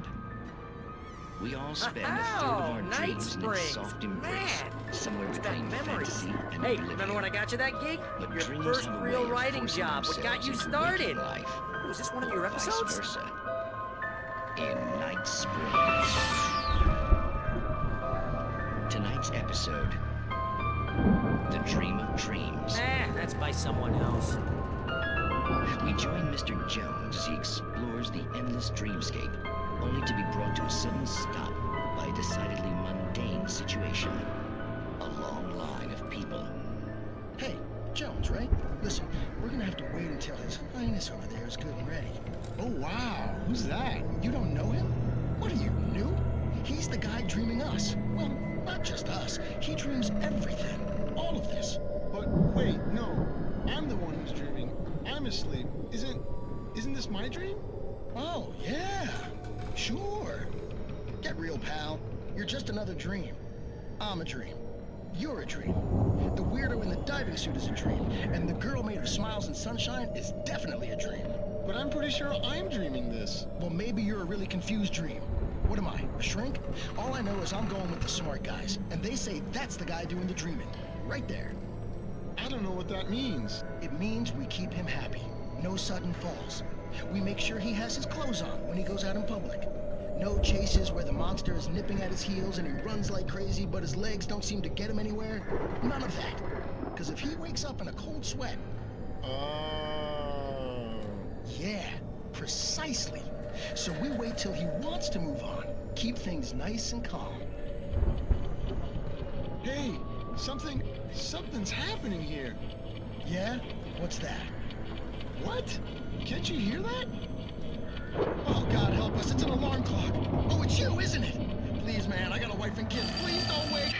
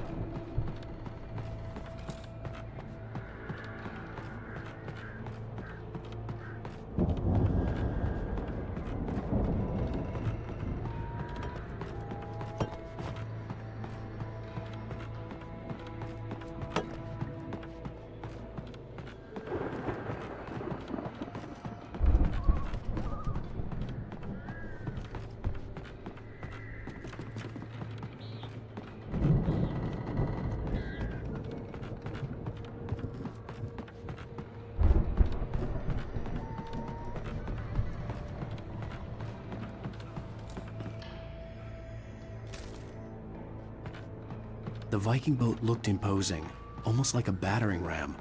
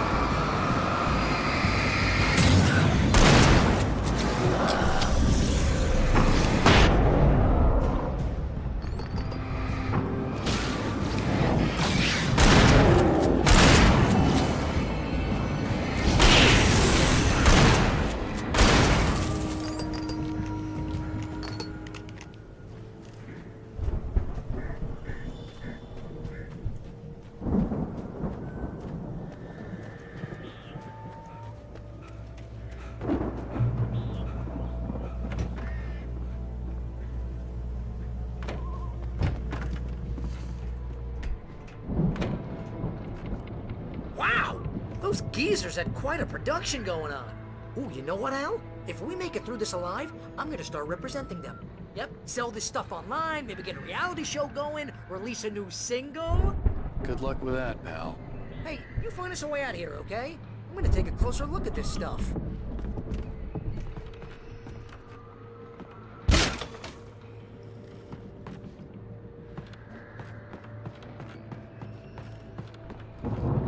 Be careful, Al!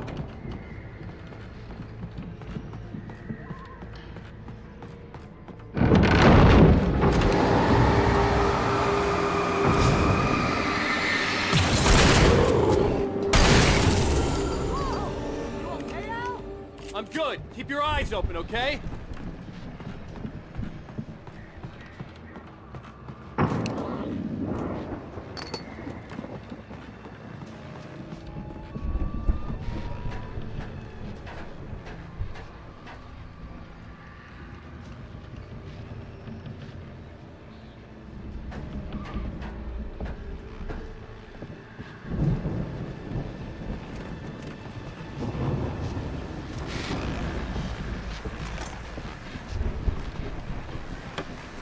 As you regular listeners know, I tend to work through the night, but I'm not the only one.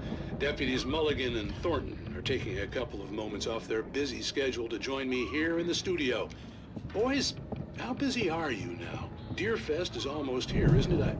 I bet that keeps you in business. Pretty busy, yeah. Actually, Pat, we've been real busy with other stuff, which concerns an ongoing investigation.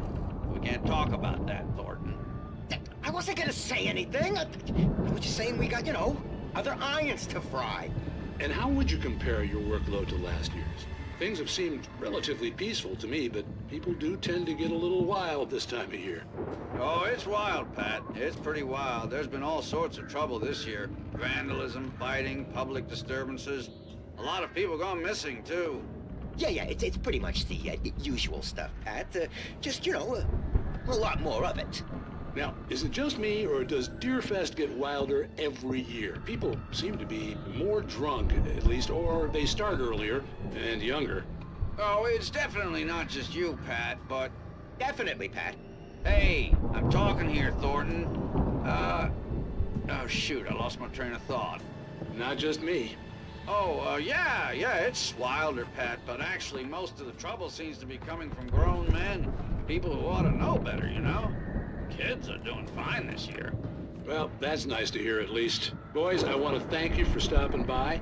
I'll let you get back to your patrol. Sure thing, Pat. Yeah, sure thing, Pat.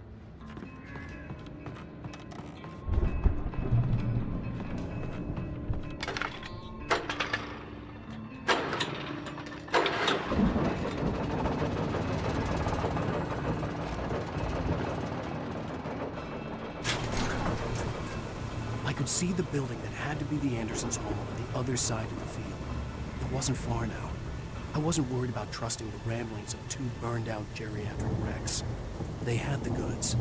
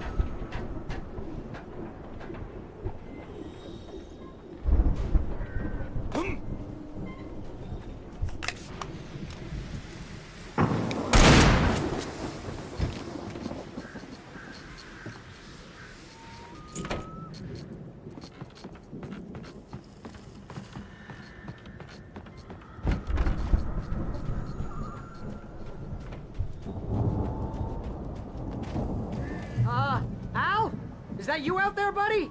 Yeah, it's me. Hang on. Hey, let's go, man.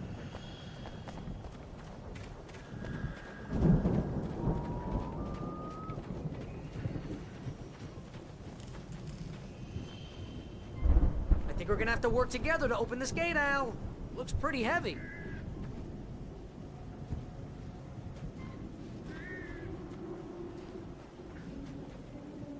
Ah!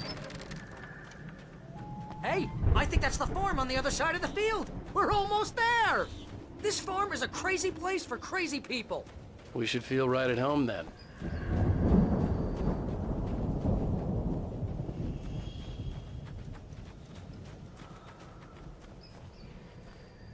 Come on, one more gate. Let's do this thing.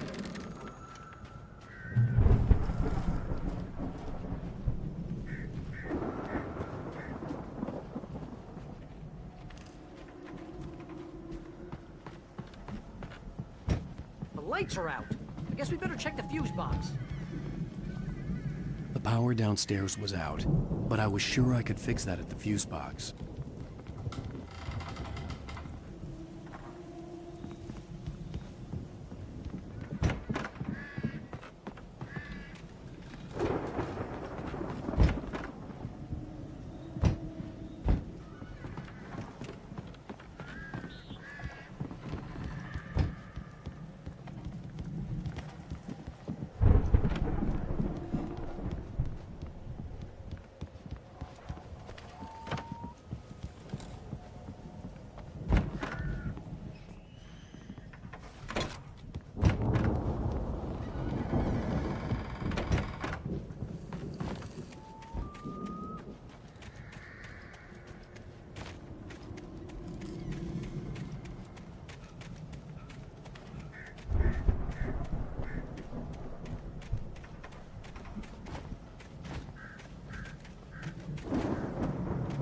Let's get the lights on, huh?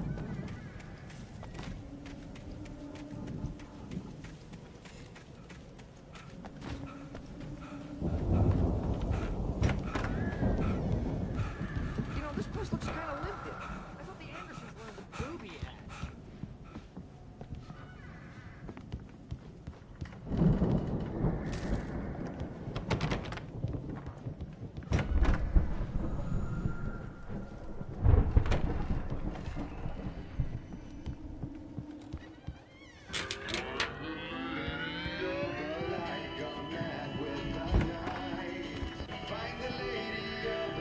Can you hear that, Al? Music? Of course. We need to find where it's coming from. That's the message the Andersons talked about. That's the whole reason we're here. Lady of the Light? Oh, that's gotta be... What's-her-face? The crazy lamp lady from the town. Cynthia Weaver. Right. Must be.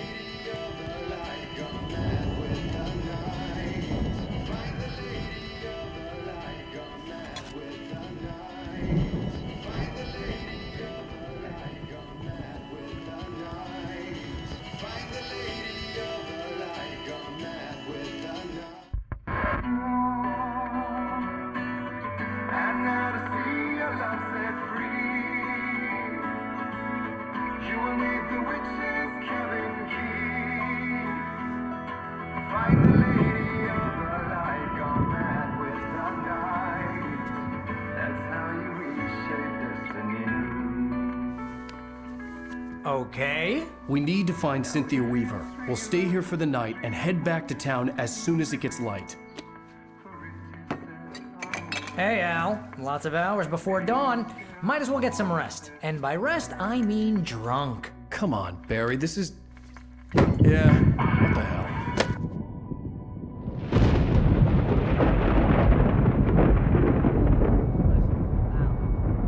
I'm sorry about this. No, seriously, because I know we don't get along, but we're gonna find her, right?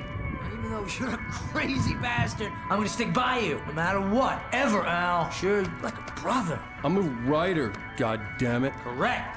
If I just wanted to, I could write 10 books a year. And they'd be the best books that year. No, you couldn't. That's right, I couldn't. But I could, because I'm a writer. What? What do they put in this stuff? I feel like my brain is coming out of my nose. I'm gonna get the recipe off those coots and be a booze millionaire. I just miss her, Barry. I just want her here with me. I know, Al. I know. It's gonna be okay. We're gonna make it okay.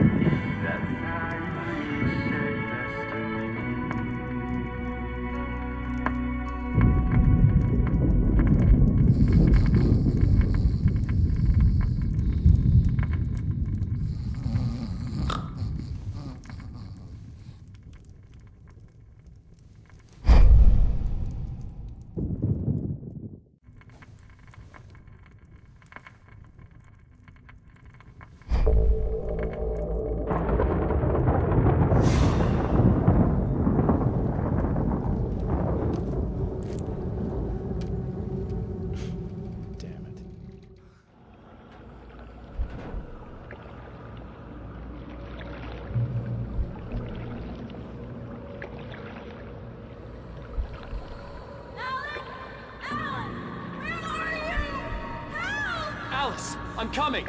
It's all right. I'm coming. It was a crazy drunken dream, and yet it was more than that. It was the truth, a suppressed memory unearthed by the Andersons' moonshine. I was there, an out-of-body observer. This was the night Alice and I had arrived at Bright Falls, the night Alice had disappeared. I had a chance to find out what had happened. I remembered being surprised to see the cabin dark. Alice would have never turned the lights off. Alice? Alice!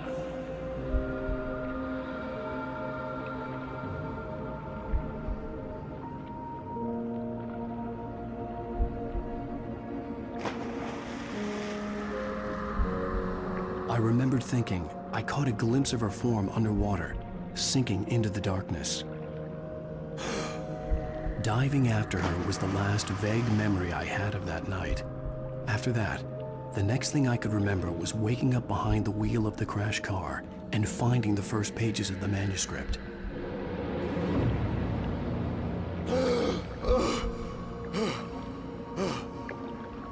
I couldn't find her in all that blackness. I must have thought she drowned.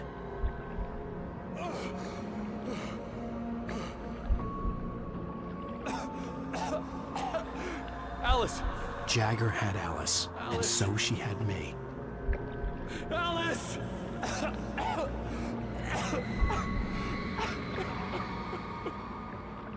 I'd been easy prey. Look at the cabin. Is there someone in the window? Alice? Maybe she didn't drown after all. Maybe she's inside. Alice! Yes.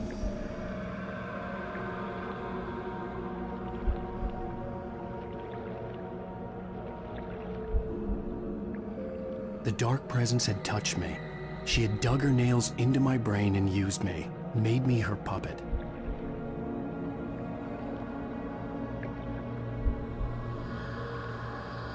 She must be here somewhere. Maybe upstairs in the study. Alice! Yes, that's where she is. You can apologize. Alice! You'll laugh at the whole thing together and put it behind you. Alice? She's not here. You were foolish to think so. No, she's dead. She drowned. No, no, no! It's your fault your wife is dead. You are guilty. All she wanted was to help you right. You killed her. Ah! Oh, hush. There's still hope. Cauldron Lake is a special place. Here, you have the power to change things. She wanted you to write. I will tell you what to do.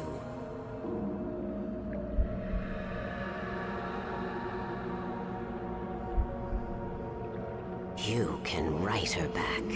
The story will come true, and all will be well again. She had Alice, and the manuscript was the ransom for her.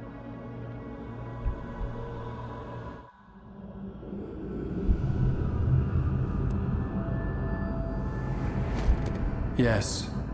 All right. I'll fix it. I'll bring her back.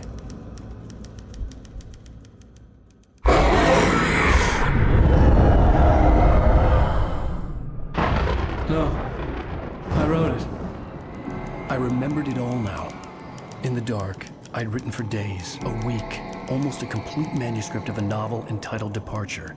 Jagger had been my editor, whispering in my ear, making sure that the unfolding story would make her more and more powerful. I thought I was saving Alice.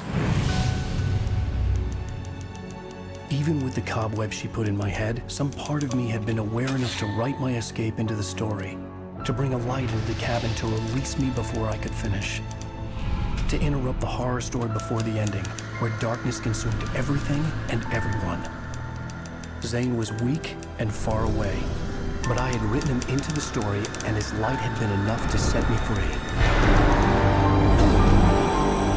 It isn't here now. I'm here because it was written. I brought the light to set you free. You must hurry. It will know I'm here. It will be back soon. It stole the skin of my barber a long time ago. She looks so old.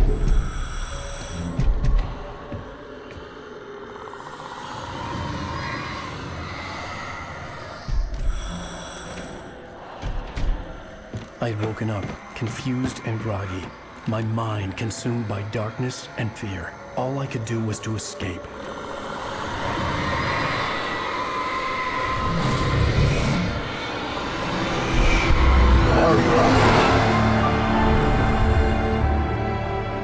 The week spent in the cabin had taken its toll. I was barely conscious, and fading fast. It had to have cost Zane terribly, thrown him even deeper into whatever dark place he now haunted. But he had managed to weaken the dark presence, kept me safe that night.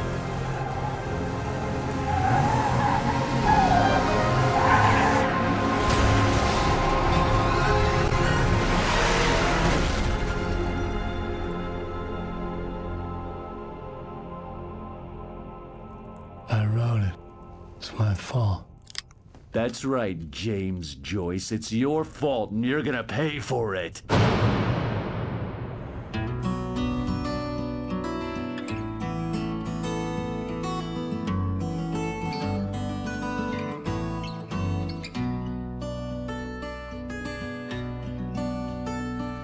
There's an old town road with mystery of Tom the poet and... Previously on Alan Wake. Under the influence of the dark presence, I wrote a horror story that is coming true.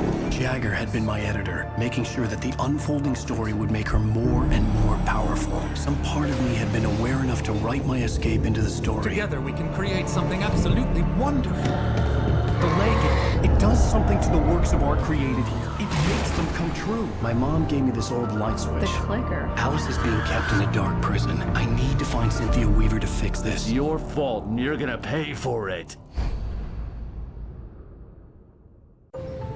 Well, we're expecting a record crowd from the neighboring counties. Naturally, we hope to break the record set by last year's Moose Fest in our neighboring town, Watery. Ladies and gentlemen, some people have asked me, what's the big deal about Deer Fest? And I think that this sums it up. It's about friendship and community. We've got a great party coming up. Let's try to hold it in until tomorrow and get through the night in one piece, all right?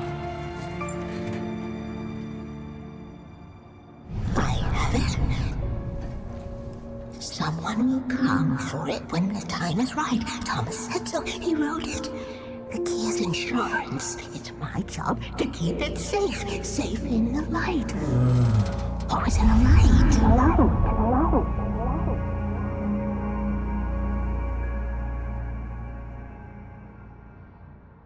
All the manuscript pages were gone.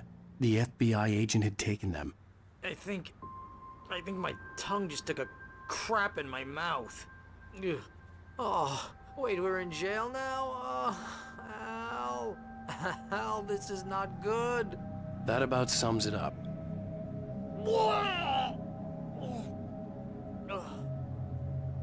Oh, I am never drinking again. I need to talk to Weaver. She's the one in the song. The Lady of the Light. What, the crazy lady? Ugh, whatever you What say, the hell Al, kind of but game we're are you stuck playing, here. Nightingale? They're You not haven't gonna... even interviewed Wake. I had some reading to do first, Sheriff, and let me tell you, it was an interesting read. Well, I've got you now, Raymond Chandler. It's all here. All the evidence, including conspiracy to murder a federal agent. There's no way you're walking out of here. You hear me in there, Bret Easton Ellis? Huh? Agent Nightingale, I want to talk to your superior. Well, we all want things, Sheriff. I wanted my... Look, that's not possible right now. Agent Nightingale, I insist.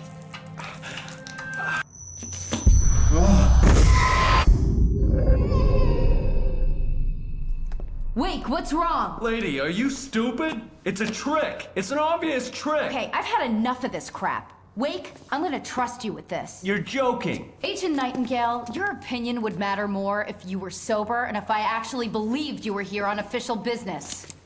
Whoa! Get back in the cell, Stephen King. The only way you're leaving this place is over my dead... Wait a minute.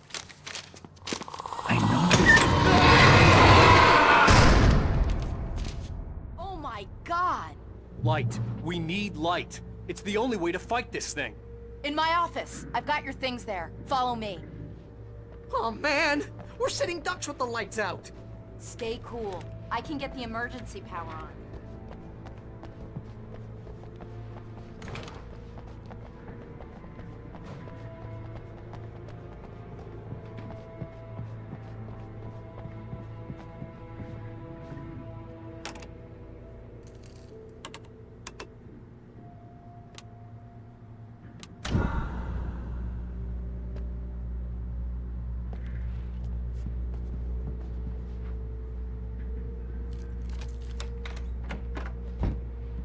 Here are your things. Wake, what do I need to know? What do you need from me? They can be hurt in the light, only in the light. And I need to find Cynthia Weaver. She can help me stop this. Light. Check. Cynthia. She lives in the old decommissioned power plant. I can get you there pretty quickly in the rescue chopper. Come on, let's get back to your friend. Wheeler, I need you to stay here.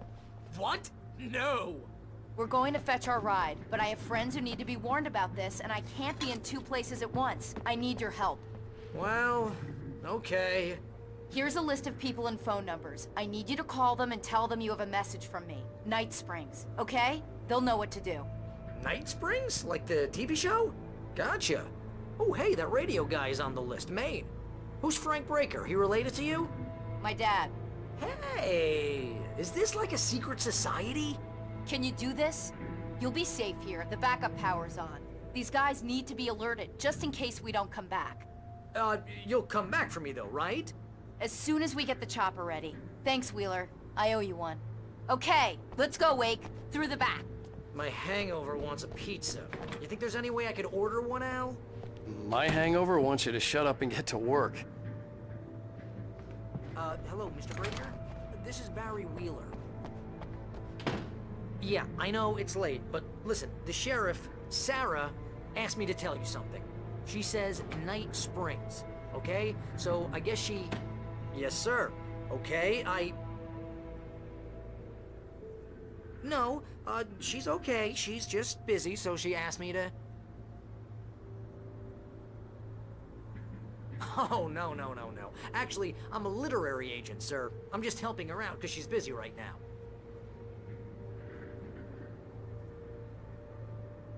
Well, the one you'd most likely be familiar with is Alan Wake. You're kidding? Well, I'm glad to hear that, sir. I'll tell Al you said that. That's really nice. But listen, I really need to make some more calls here. You got the message, right? Yeah, that's right. Okay, thanks, sir. Bye now. Hey, the sheriff's dad is a big fan, Al. Said you're the best thing to happen to crime fiction since James Elroy. I think he was a little drunk, though.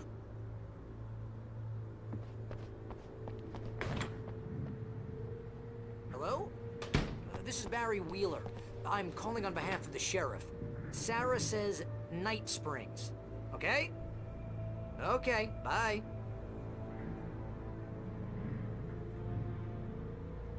Hello? Hi, Barry Wheeler. I have a message from Sarah. Night Springs, okay? Bye now.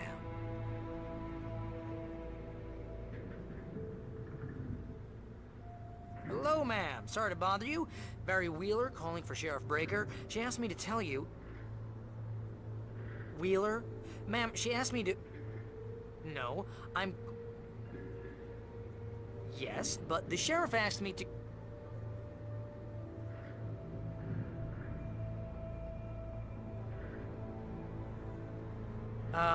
Yeah, I think this is gonna take a while, Al. You better get going.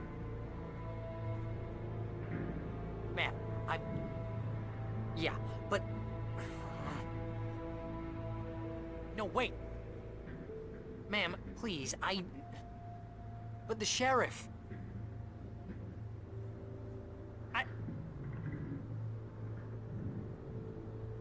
But ma'am, I'm supposed to...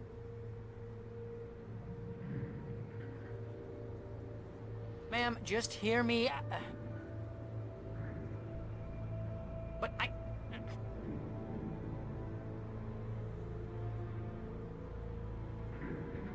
But she said... Ma'am, Yeah, but... No, wait. Ma'am, please, But the sheriff...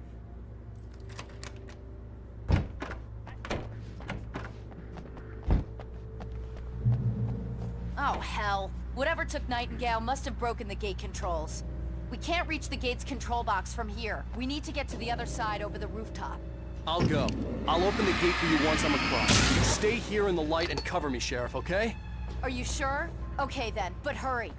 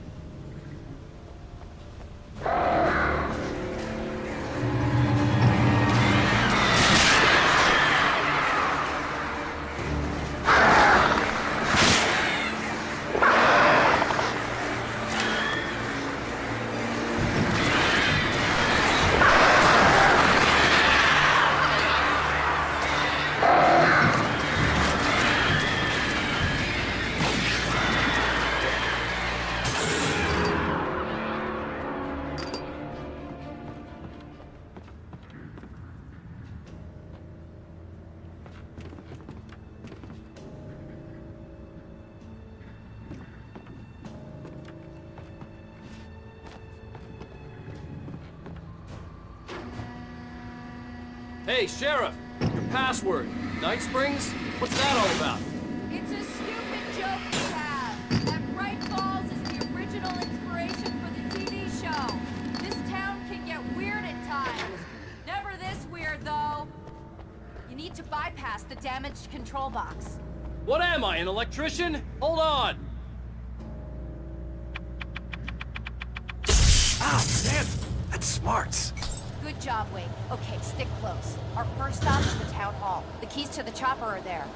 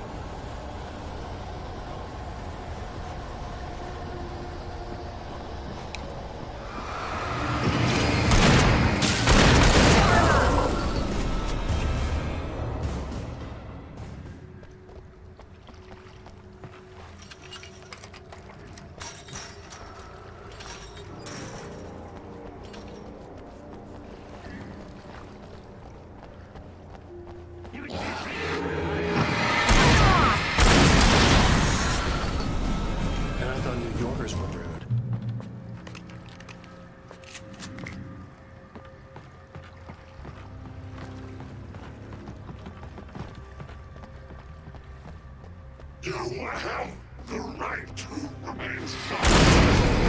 I understand these rights.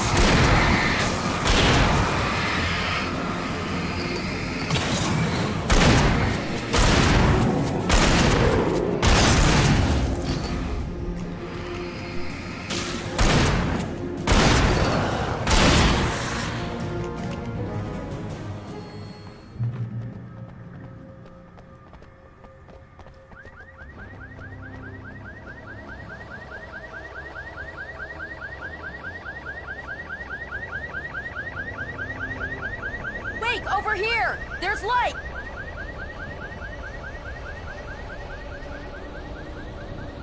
I have a key. Watch my back, Wake.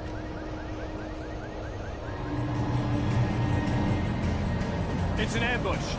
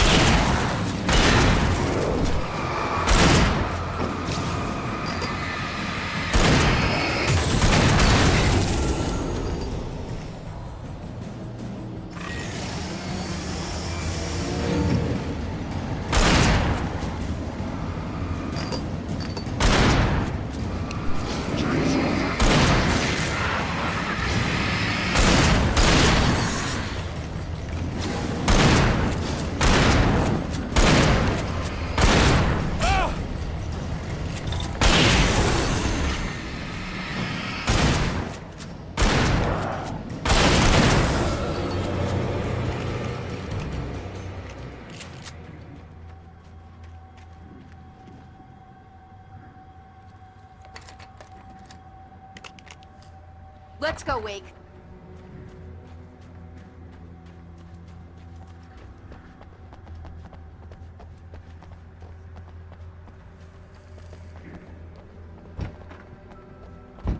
Okay, someone's messed with the fuse box here, but you should be able to jury-rig it while I find the keys. I already got electrocuted once today. How about I look for the keys and you get burned for a change? Fine. They should be in the clerk's office on the other side of the building, near the main entrance. Gotcha.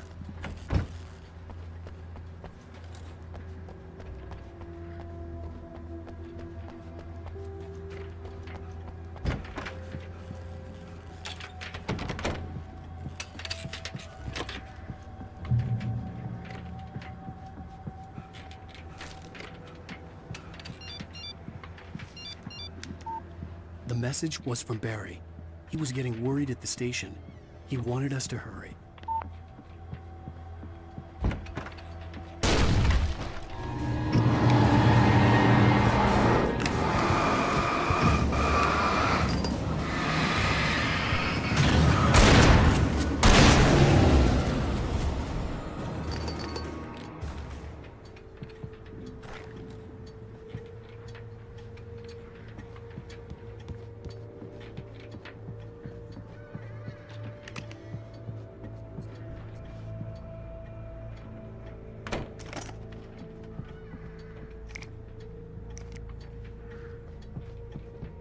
Okay, Sheriff, I got the keys.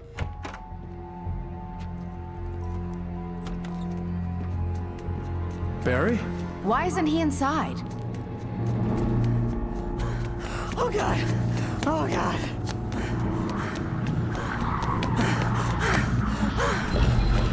Barry! Look out! Barry, move!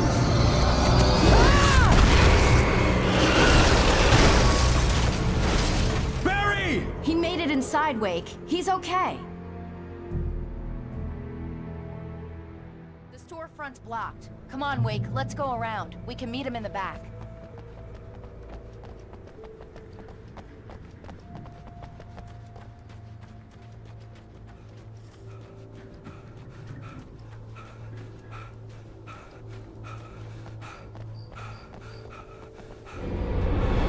Got a perp over here.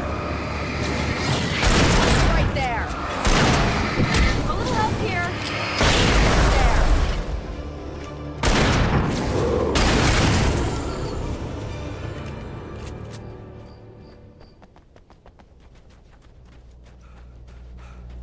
We can make it through the bookstore. Wheeler should be waiting for us in the backyard. Keep the hell down or I'll call the sheriff.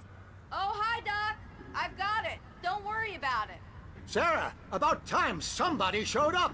All this shooting in the air is idiotic. One of these days they'll kill somebody. And over Deerfest. I know. Go back to bed. He's got a point, Wake. Look, this town can't take this. It's me they want. The sooner I get out of here, the sooner you can all get back to life as usual. I hope you're right. Come on, let me get this door open. Wait, you got the keys to the bookstore? Perks of being the sheriff. A girl needs to get around.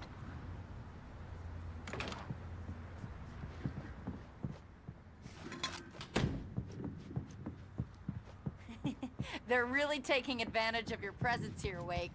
I heard they're selling a lot of your Alex Casey books. Right now, I'm not a big fan of my own writing.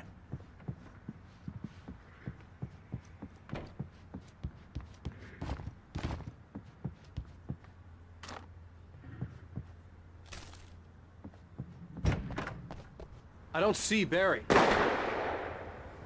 Look, Wake, maybe that's him.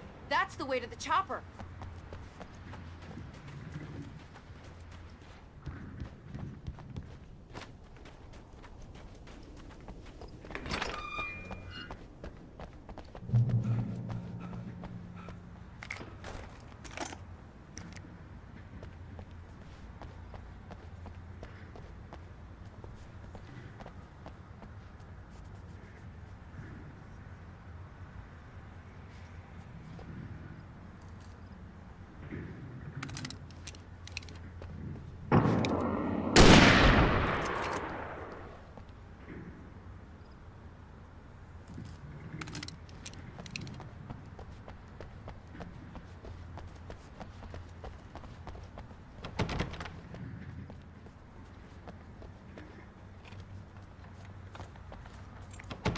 I'm gonna give Pastor Howard a piece of my mind about this lock. Ugh, I told him to get it fixed. Here they come. Let's take a break.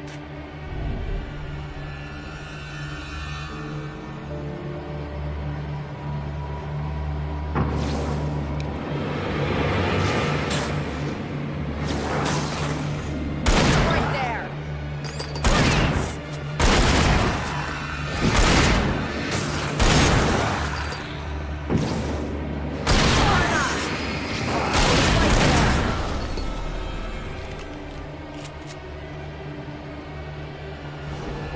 Free fatty acids are good for your heart.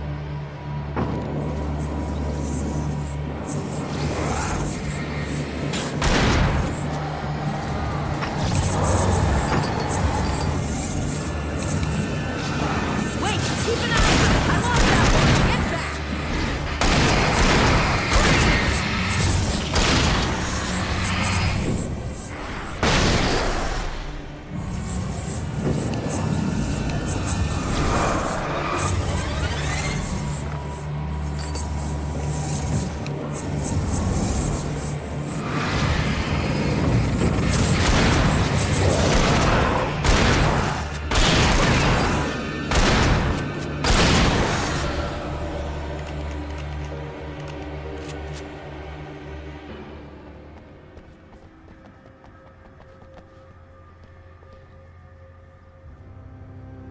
Okay, it's open.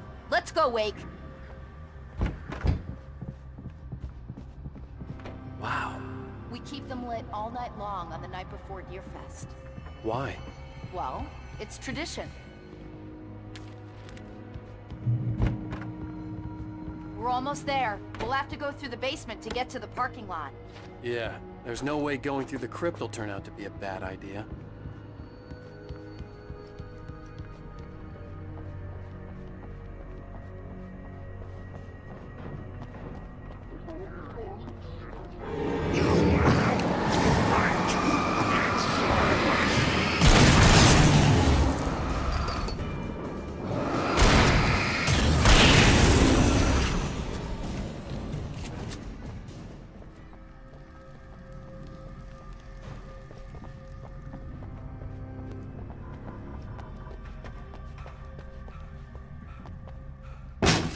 Did you call 911? Guess that one saw the light, huh? You didn't like that one? A tough audience. Well, I got plenty more. What are the Christmas lights for? Protection, man! Like garlic against vampires? Vampires. The helicopter's just across the parking lot and up the hill. Come on!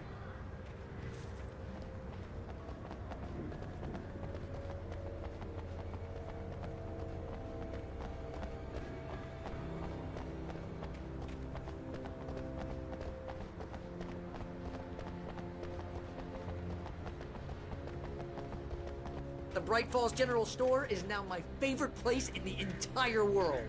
See this headlamp? It's like a superpower. I can just look at one of those things and they die. It's my flaming eye of Mordor. I wish I didn't say that. Yeah. Hey, I want a headlamp. Last one. Bastard.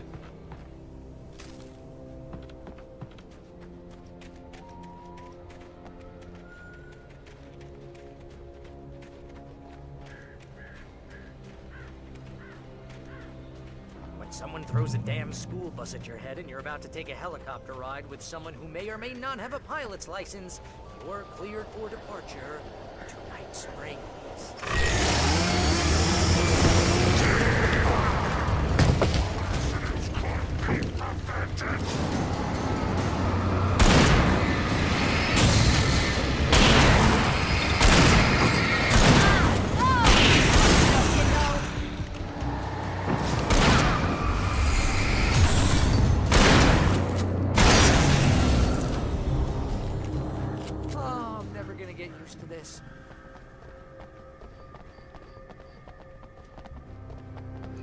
The helicopter's just up ahead. I'll need a while to prep for takeoff.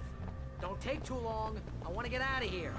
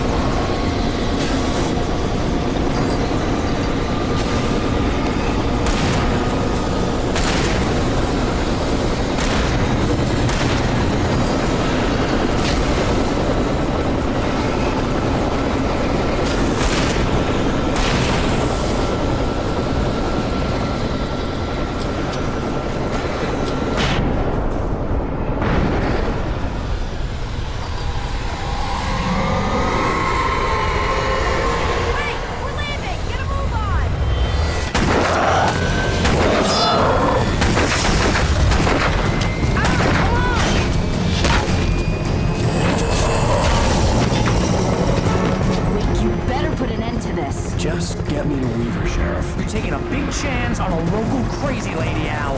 I hope you're right about her, or we can kiss this town goodbye.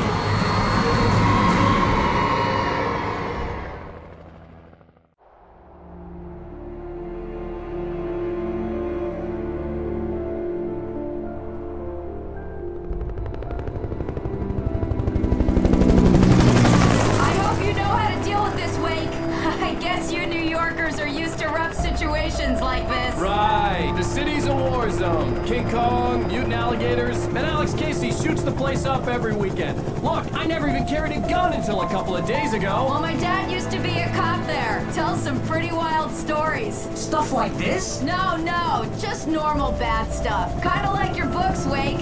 I used to tease Dad that he was just like Alex Casey. You've read me. Oh, sure. You're a pretty good writer. A little heavy on the metaphors, maybe. Nobody's ever said that before. We're coming up on the power plant. See the lit building over there? And that's the dam further up the river.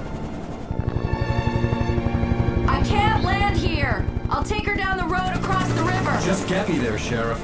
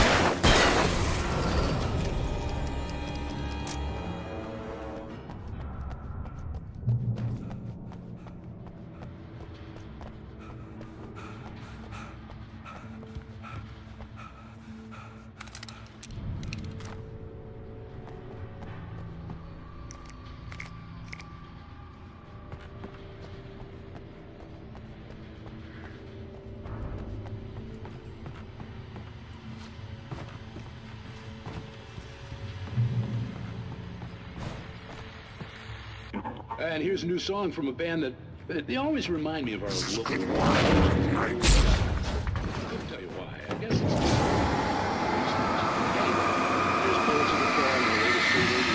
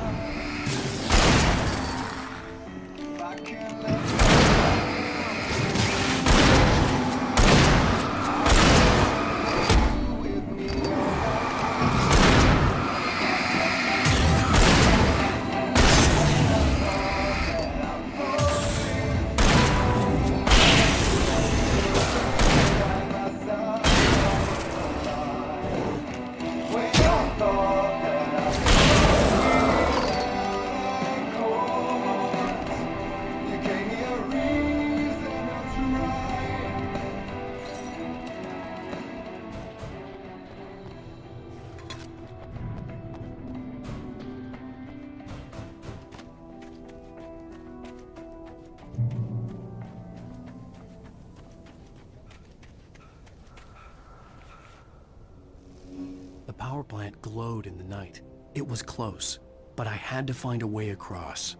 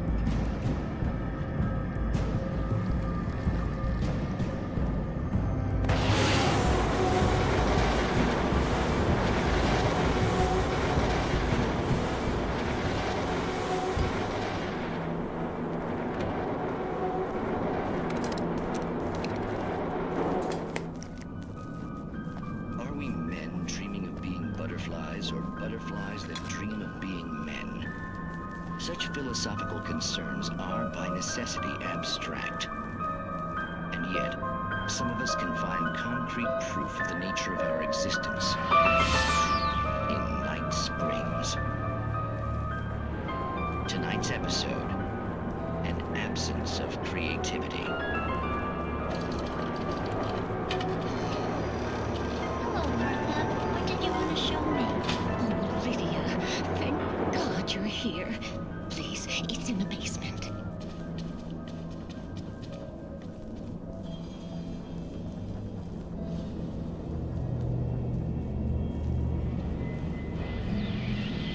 Oh, Martha. Oh, that's amazing. Isn't it just? I found it here this morning. It's like it isn't there, but oh, I can't look straight at it. Yes, I'm sorry. How did you get here? Well, I'm trying to work. Did you put this thing here? In a way. To be more precise, I put everything here but that. Really?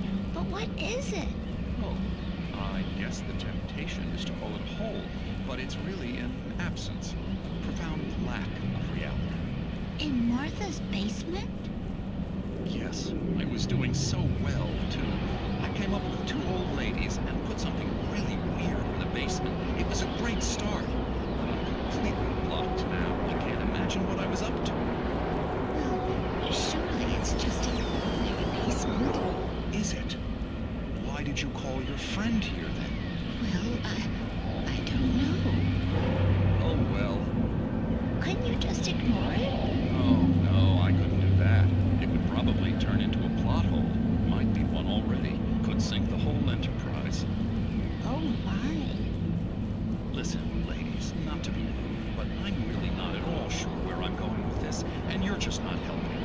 should just go back upstairs for a cup of coffee while I try to figure out what I'm up to. Well, if you think that's best. Maybe I should just stop here. Or is that too moronic? Is that too moronic? Indeed. Who can tell? It's a fine line between the stupid and the sublime. Night springs.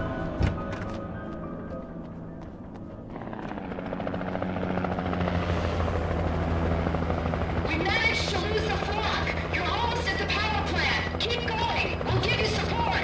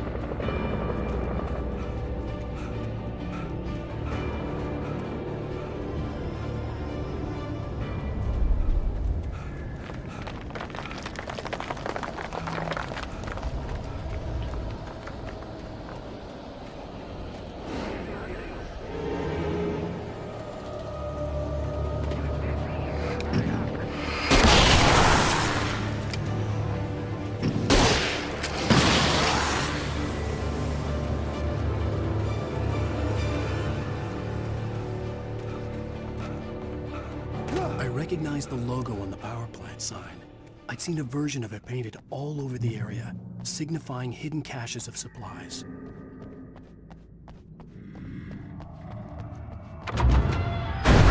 Hold it right there! Miss Weaver! Cynthia! I'm a friend! Prove it! You knew Zane! Thomas Zane! You're the Lady of the Light in the song! You can help me! About time!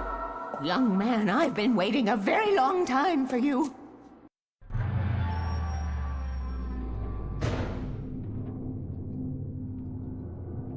It's in the well-lit room.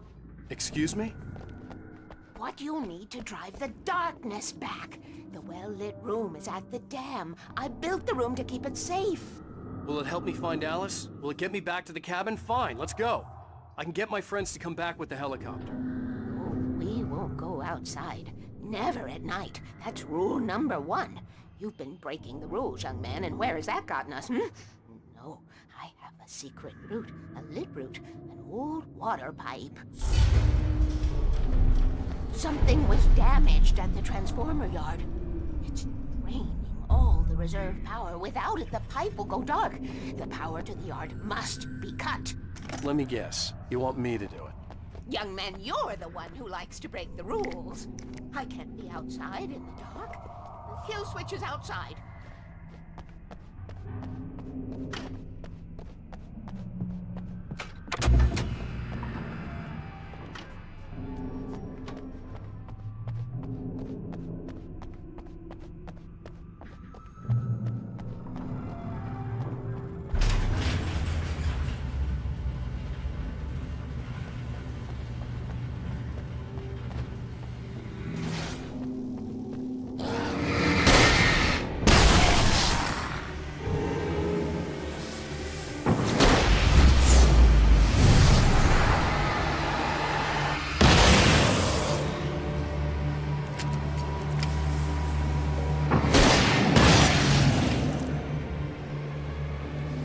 had sent me to cut the power to the transformer yard.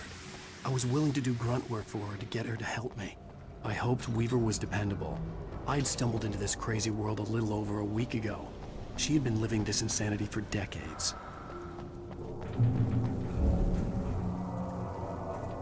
I could see the kill switch that would cut the power to the transformer yard.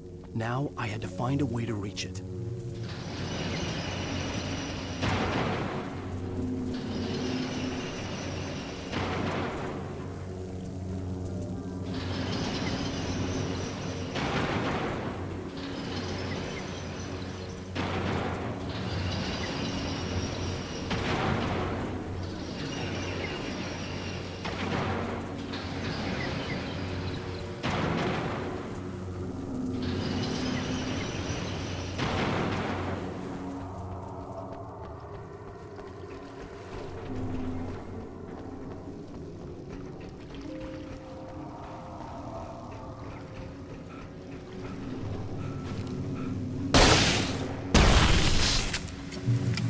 Designs these things.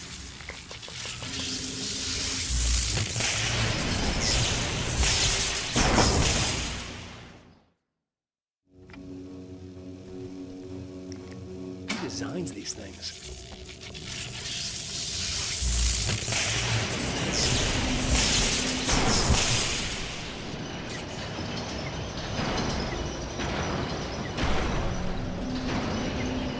The transformer yard went dark and dead. Weaver's water pipe passage should now be good to go.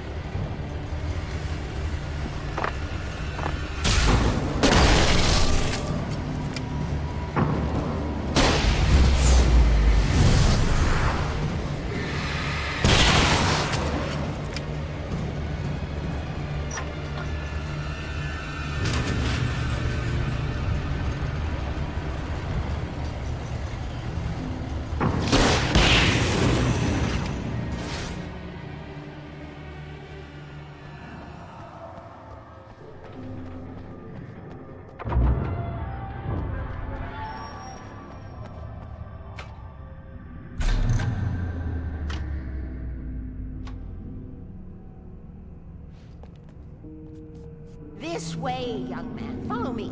Come, the pipe's empty now. We're ready to go. This way. We need to go. I knew them both, Tom and Barbara. I had such a crush on him. Such a beautiful man. I was jealous. There was a part of me that was maybe a little glad when she had the accident. And then Tom started writing and woke the darkness up. He tried to bring her back, but you can't do that. There are no free rides like that.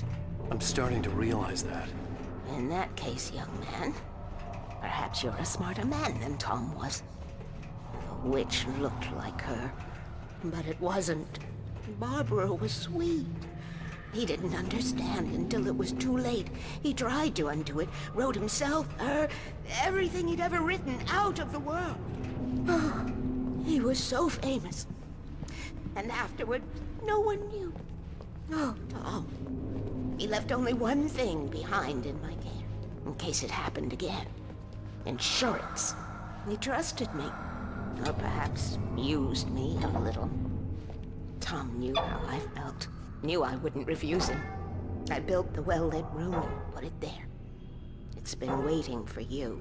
We are characters trapped in a story you have written, and none of us will survive to see the end of it if the darkness isn't stopped. She'll twist the story to her own dark ends. How do you know all this? Tom, that's the way he wrote it.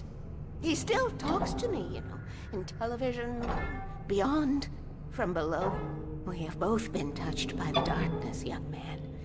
He saved us both with light, but the darkness stays with you. Leaves a stain. This pipe will take us directly to the well-lit room. Okay, I need to call my friends, tell them where we're going. Hello? Al! Barry, we're headed to the dam in one of the pipes. Meet us there. Okay, I'll tell Sarah. It's Sarah now? Whoa! No! For the sweet love of... Barry! Barry! We gotta go see if they're okay. They're probably dead. You must reach the well-lit room. This is no time to be a selfish idiot. That's my best friend!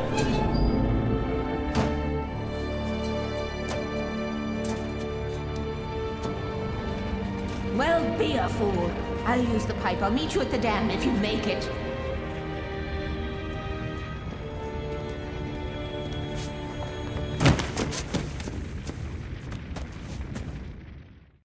At least I didn't have to worry about her. She knew how to stay safe.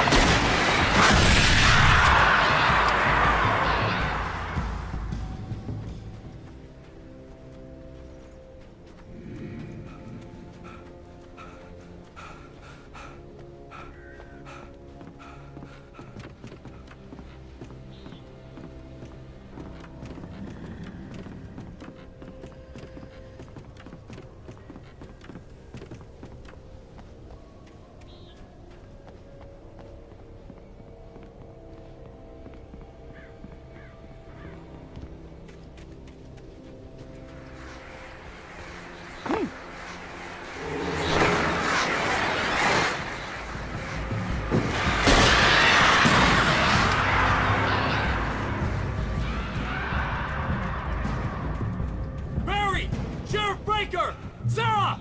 The crash site looked bad, but as far as I could tell, The wreck was empty.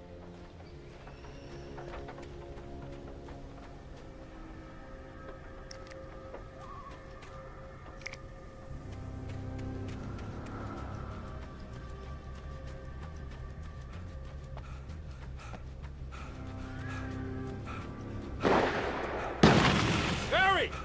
Barry!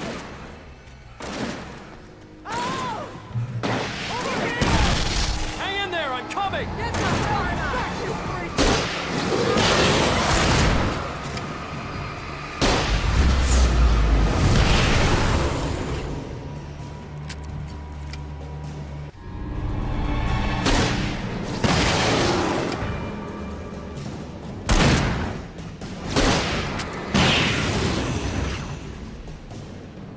You know when to make an entrance, Wake.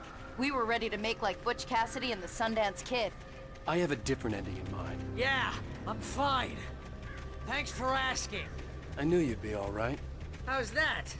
The flaming eye of Mordor? Laugh it up, funny man. Didn't we have somewhere to go? Weaver will meet us at the dam.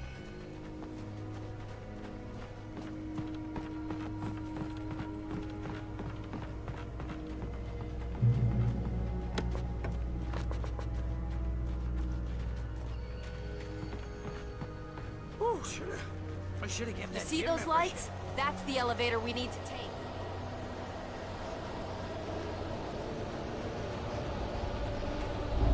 You can't beat a good mind.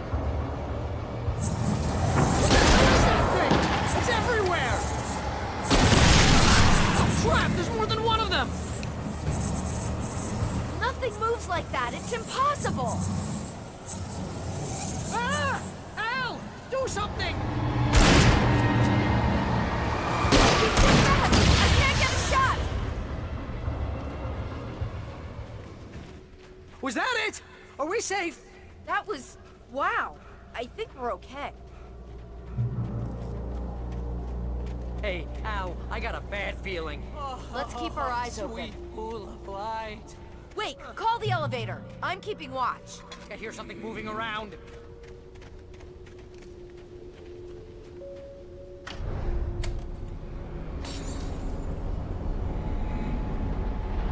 Heads up! Here they come! Oh no! Oh They're coming! We have to hold them off!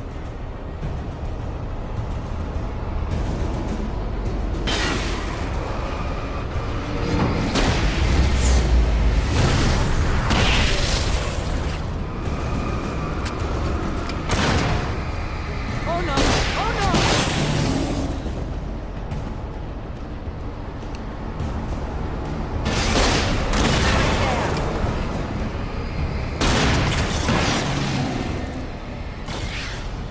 This is the slowest elevator in the world!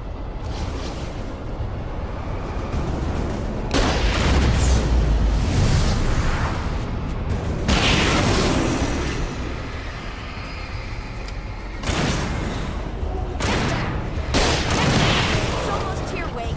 Just hold on, please!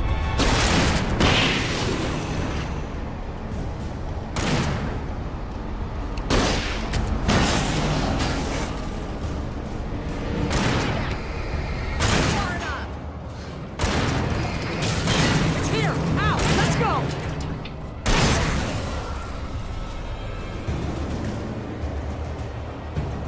Al, hit the button!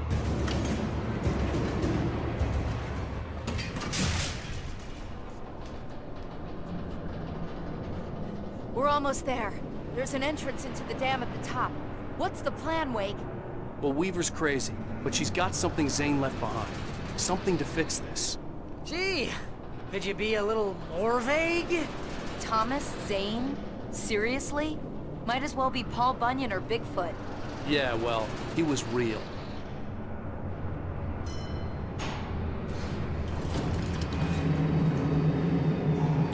Let's be careful, okay?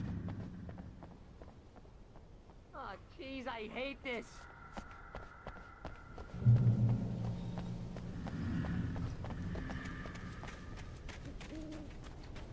Okay, Wake. There's a button over there that opens the door. I think something's broken. Hold the button down so we can get in.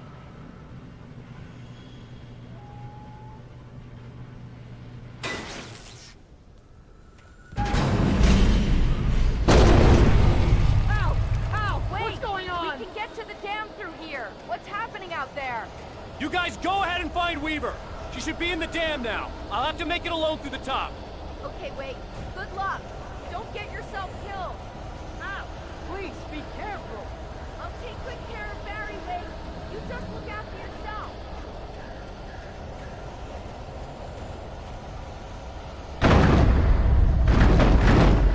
You gotta be kidding me.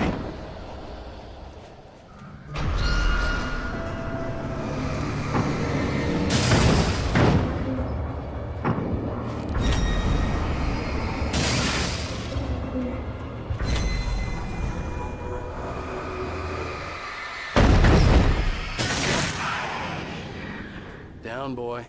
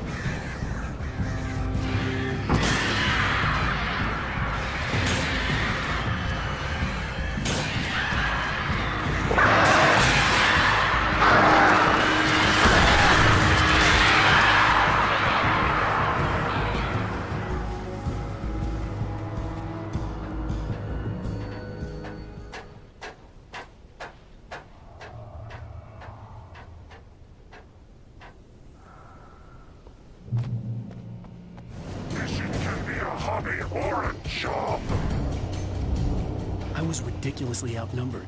The searchlight could even the odds.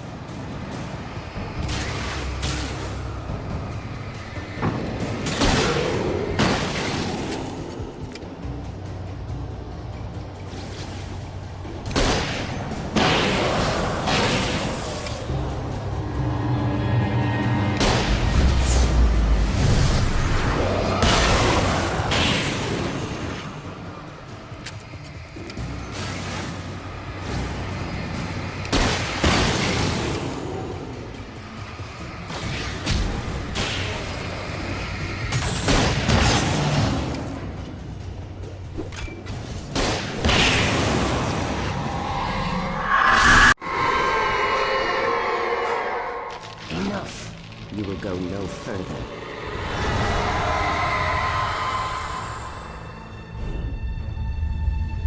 Stop now.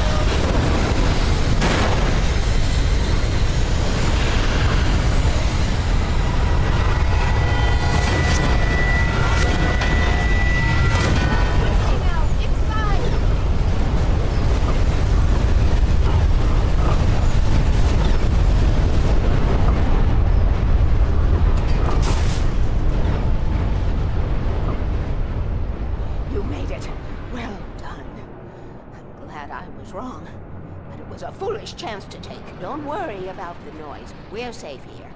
I have looked after the well-lit room for many, many years now.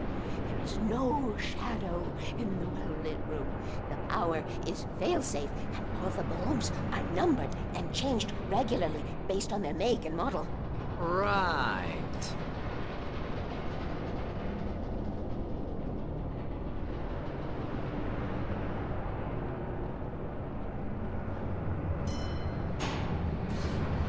There's an old army base at Raincoat Point, north of here. It was active during the Second World War. They operated here back then. They must have built this. Yes, they did. It's my place now.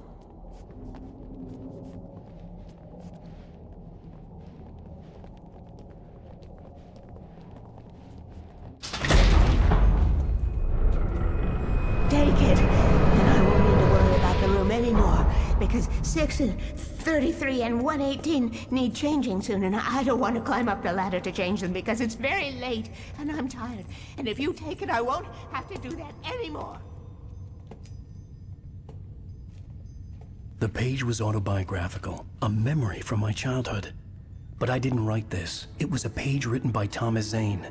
None of them were supposed to exist anymore. Alan, 7 years old, would fight sleep to the bitter end. When he did sleep, he soon woke up, screaming, the nightmares fresh in his mind. One evening, his mother, sitting by his bed, offered him an old light switch.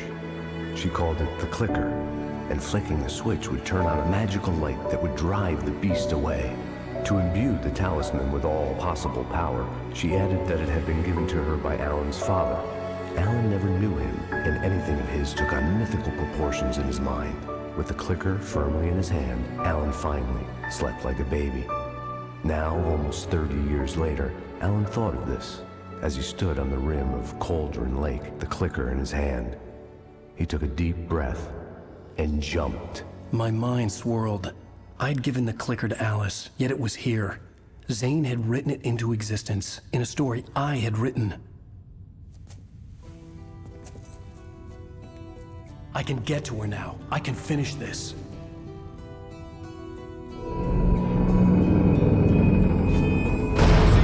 Remember standing on a broken field, white crippled wings beating the sky, the harbingers of war with their nature revealed, and our chances flowing by. If I can let the mail. Previously on Alan Wake, I wrote a horror story that has come true. Thomas Zane did the same in the 70s. You will go no further. If I continue like the Dark Presence wants me to, the story I'm writing won't save Alice. It's a horror story. No one will survive. You knew Zane! Thomas Zane! You're the Lady of the Light in the song! He left something behind to help me. The clicker. Alan thought of this as he stood on the rim of Cauldron Lake, the clicker in his hand. He took a deep breath and jumped. I can get to her now. I can finish this.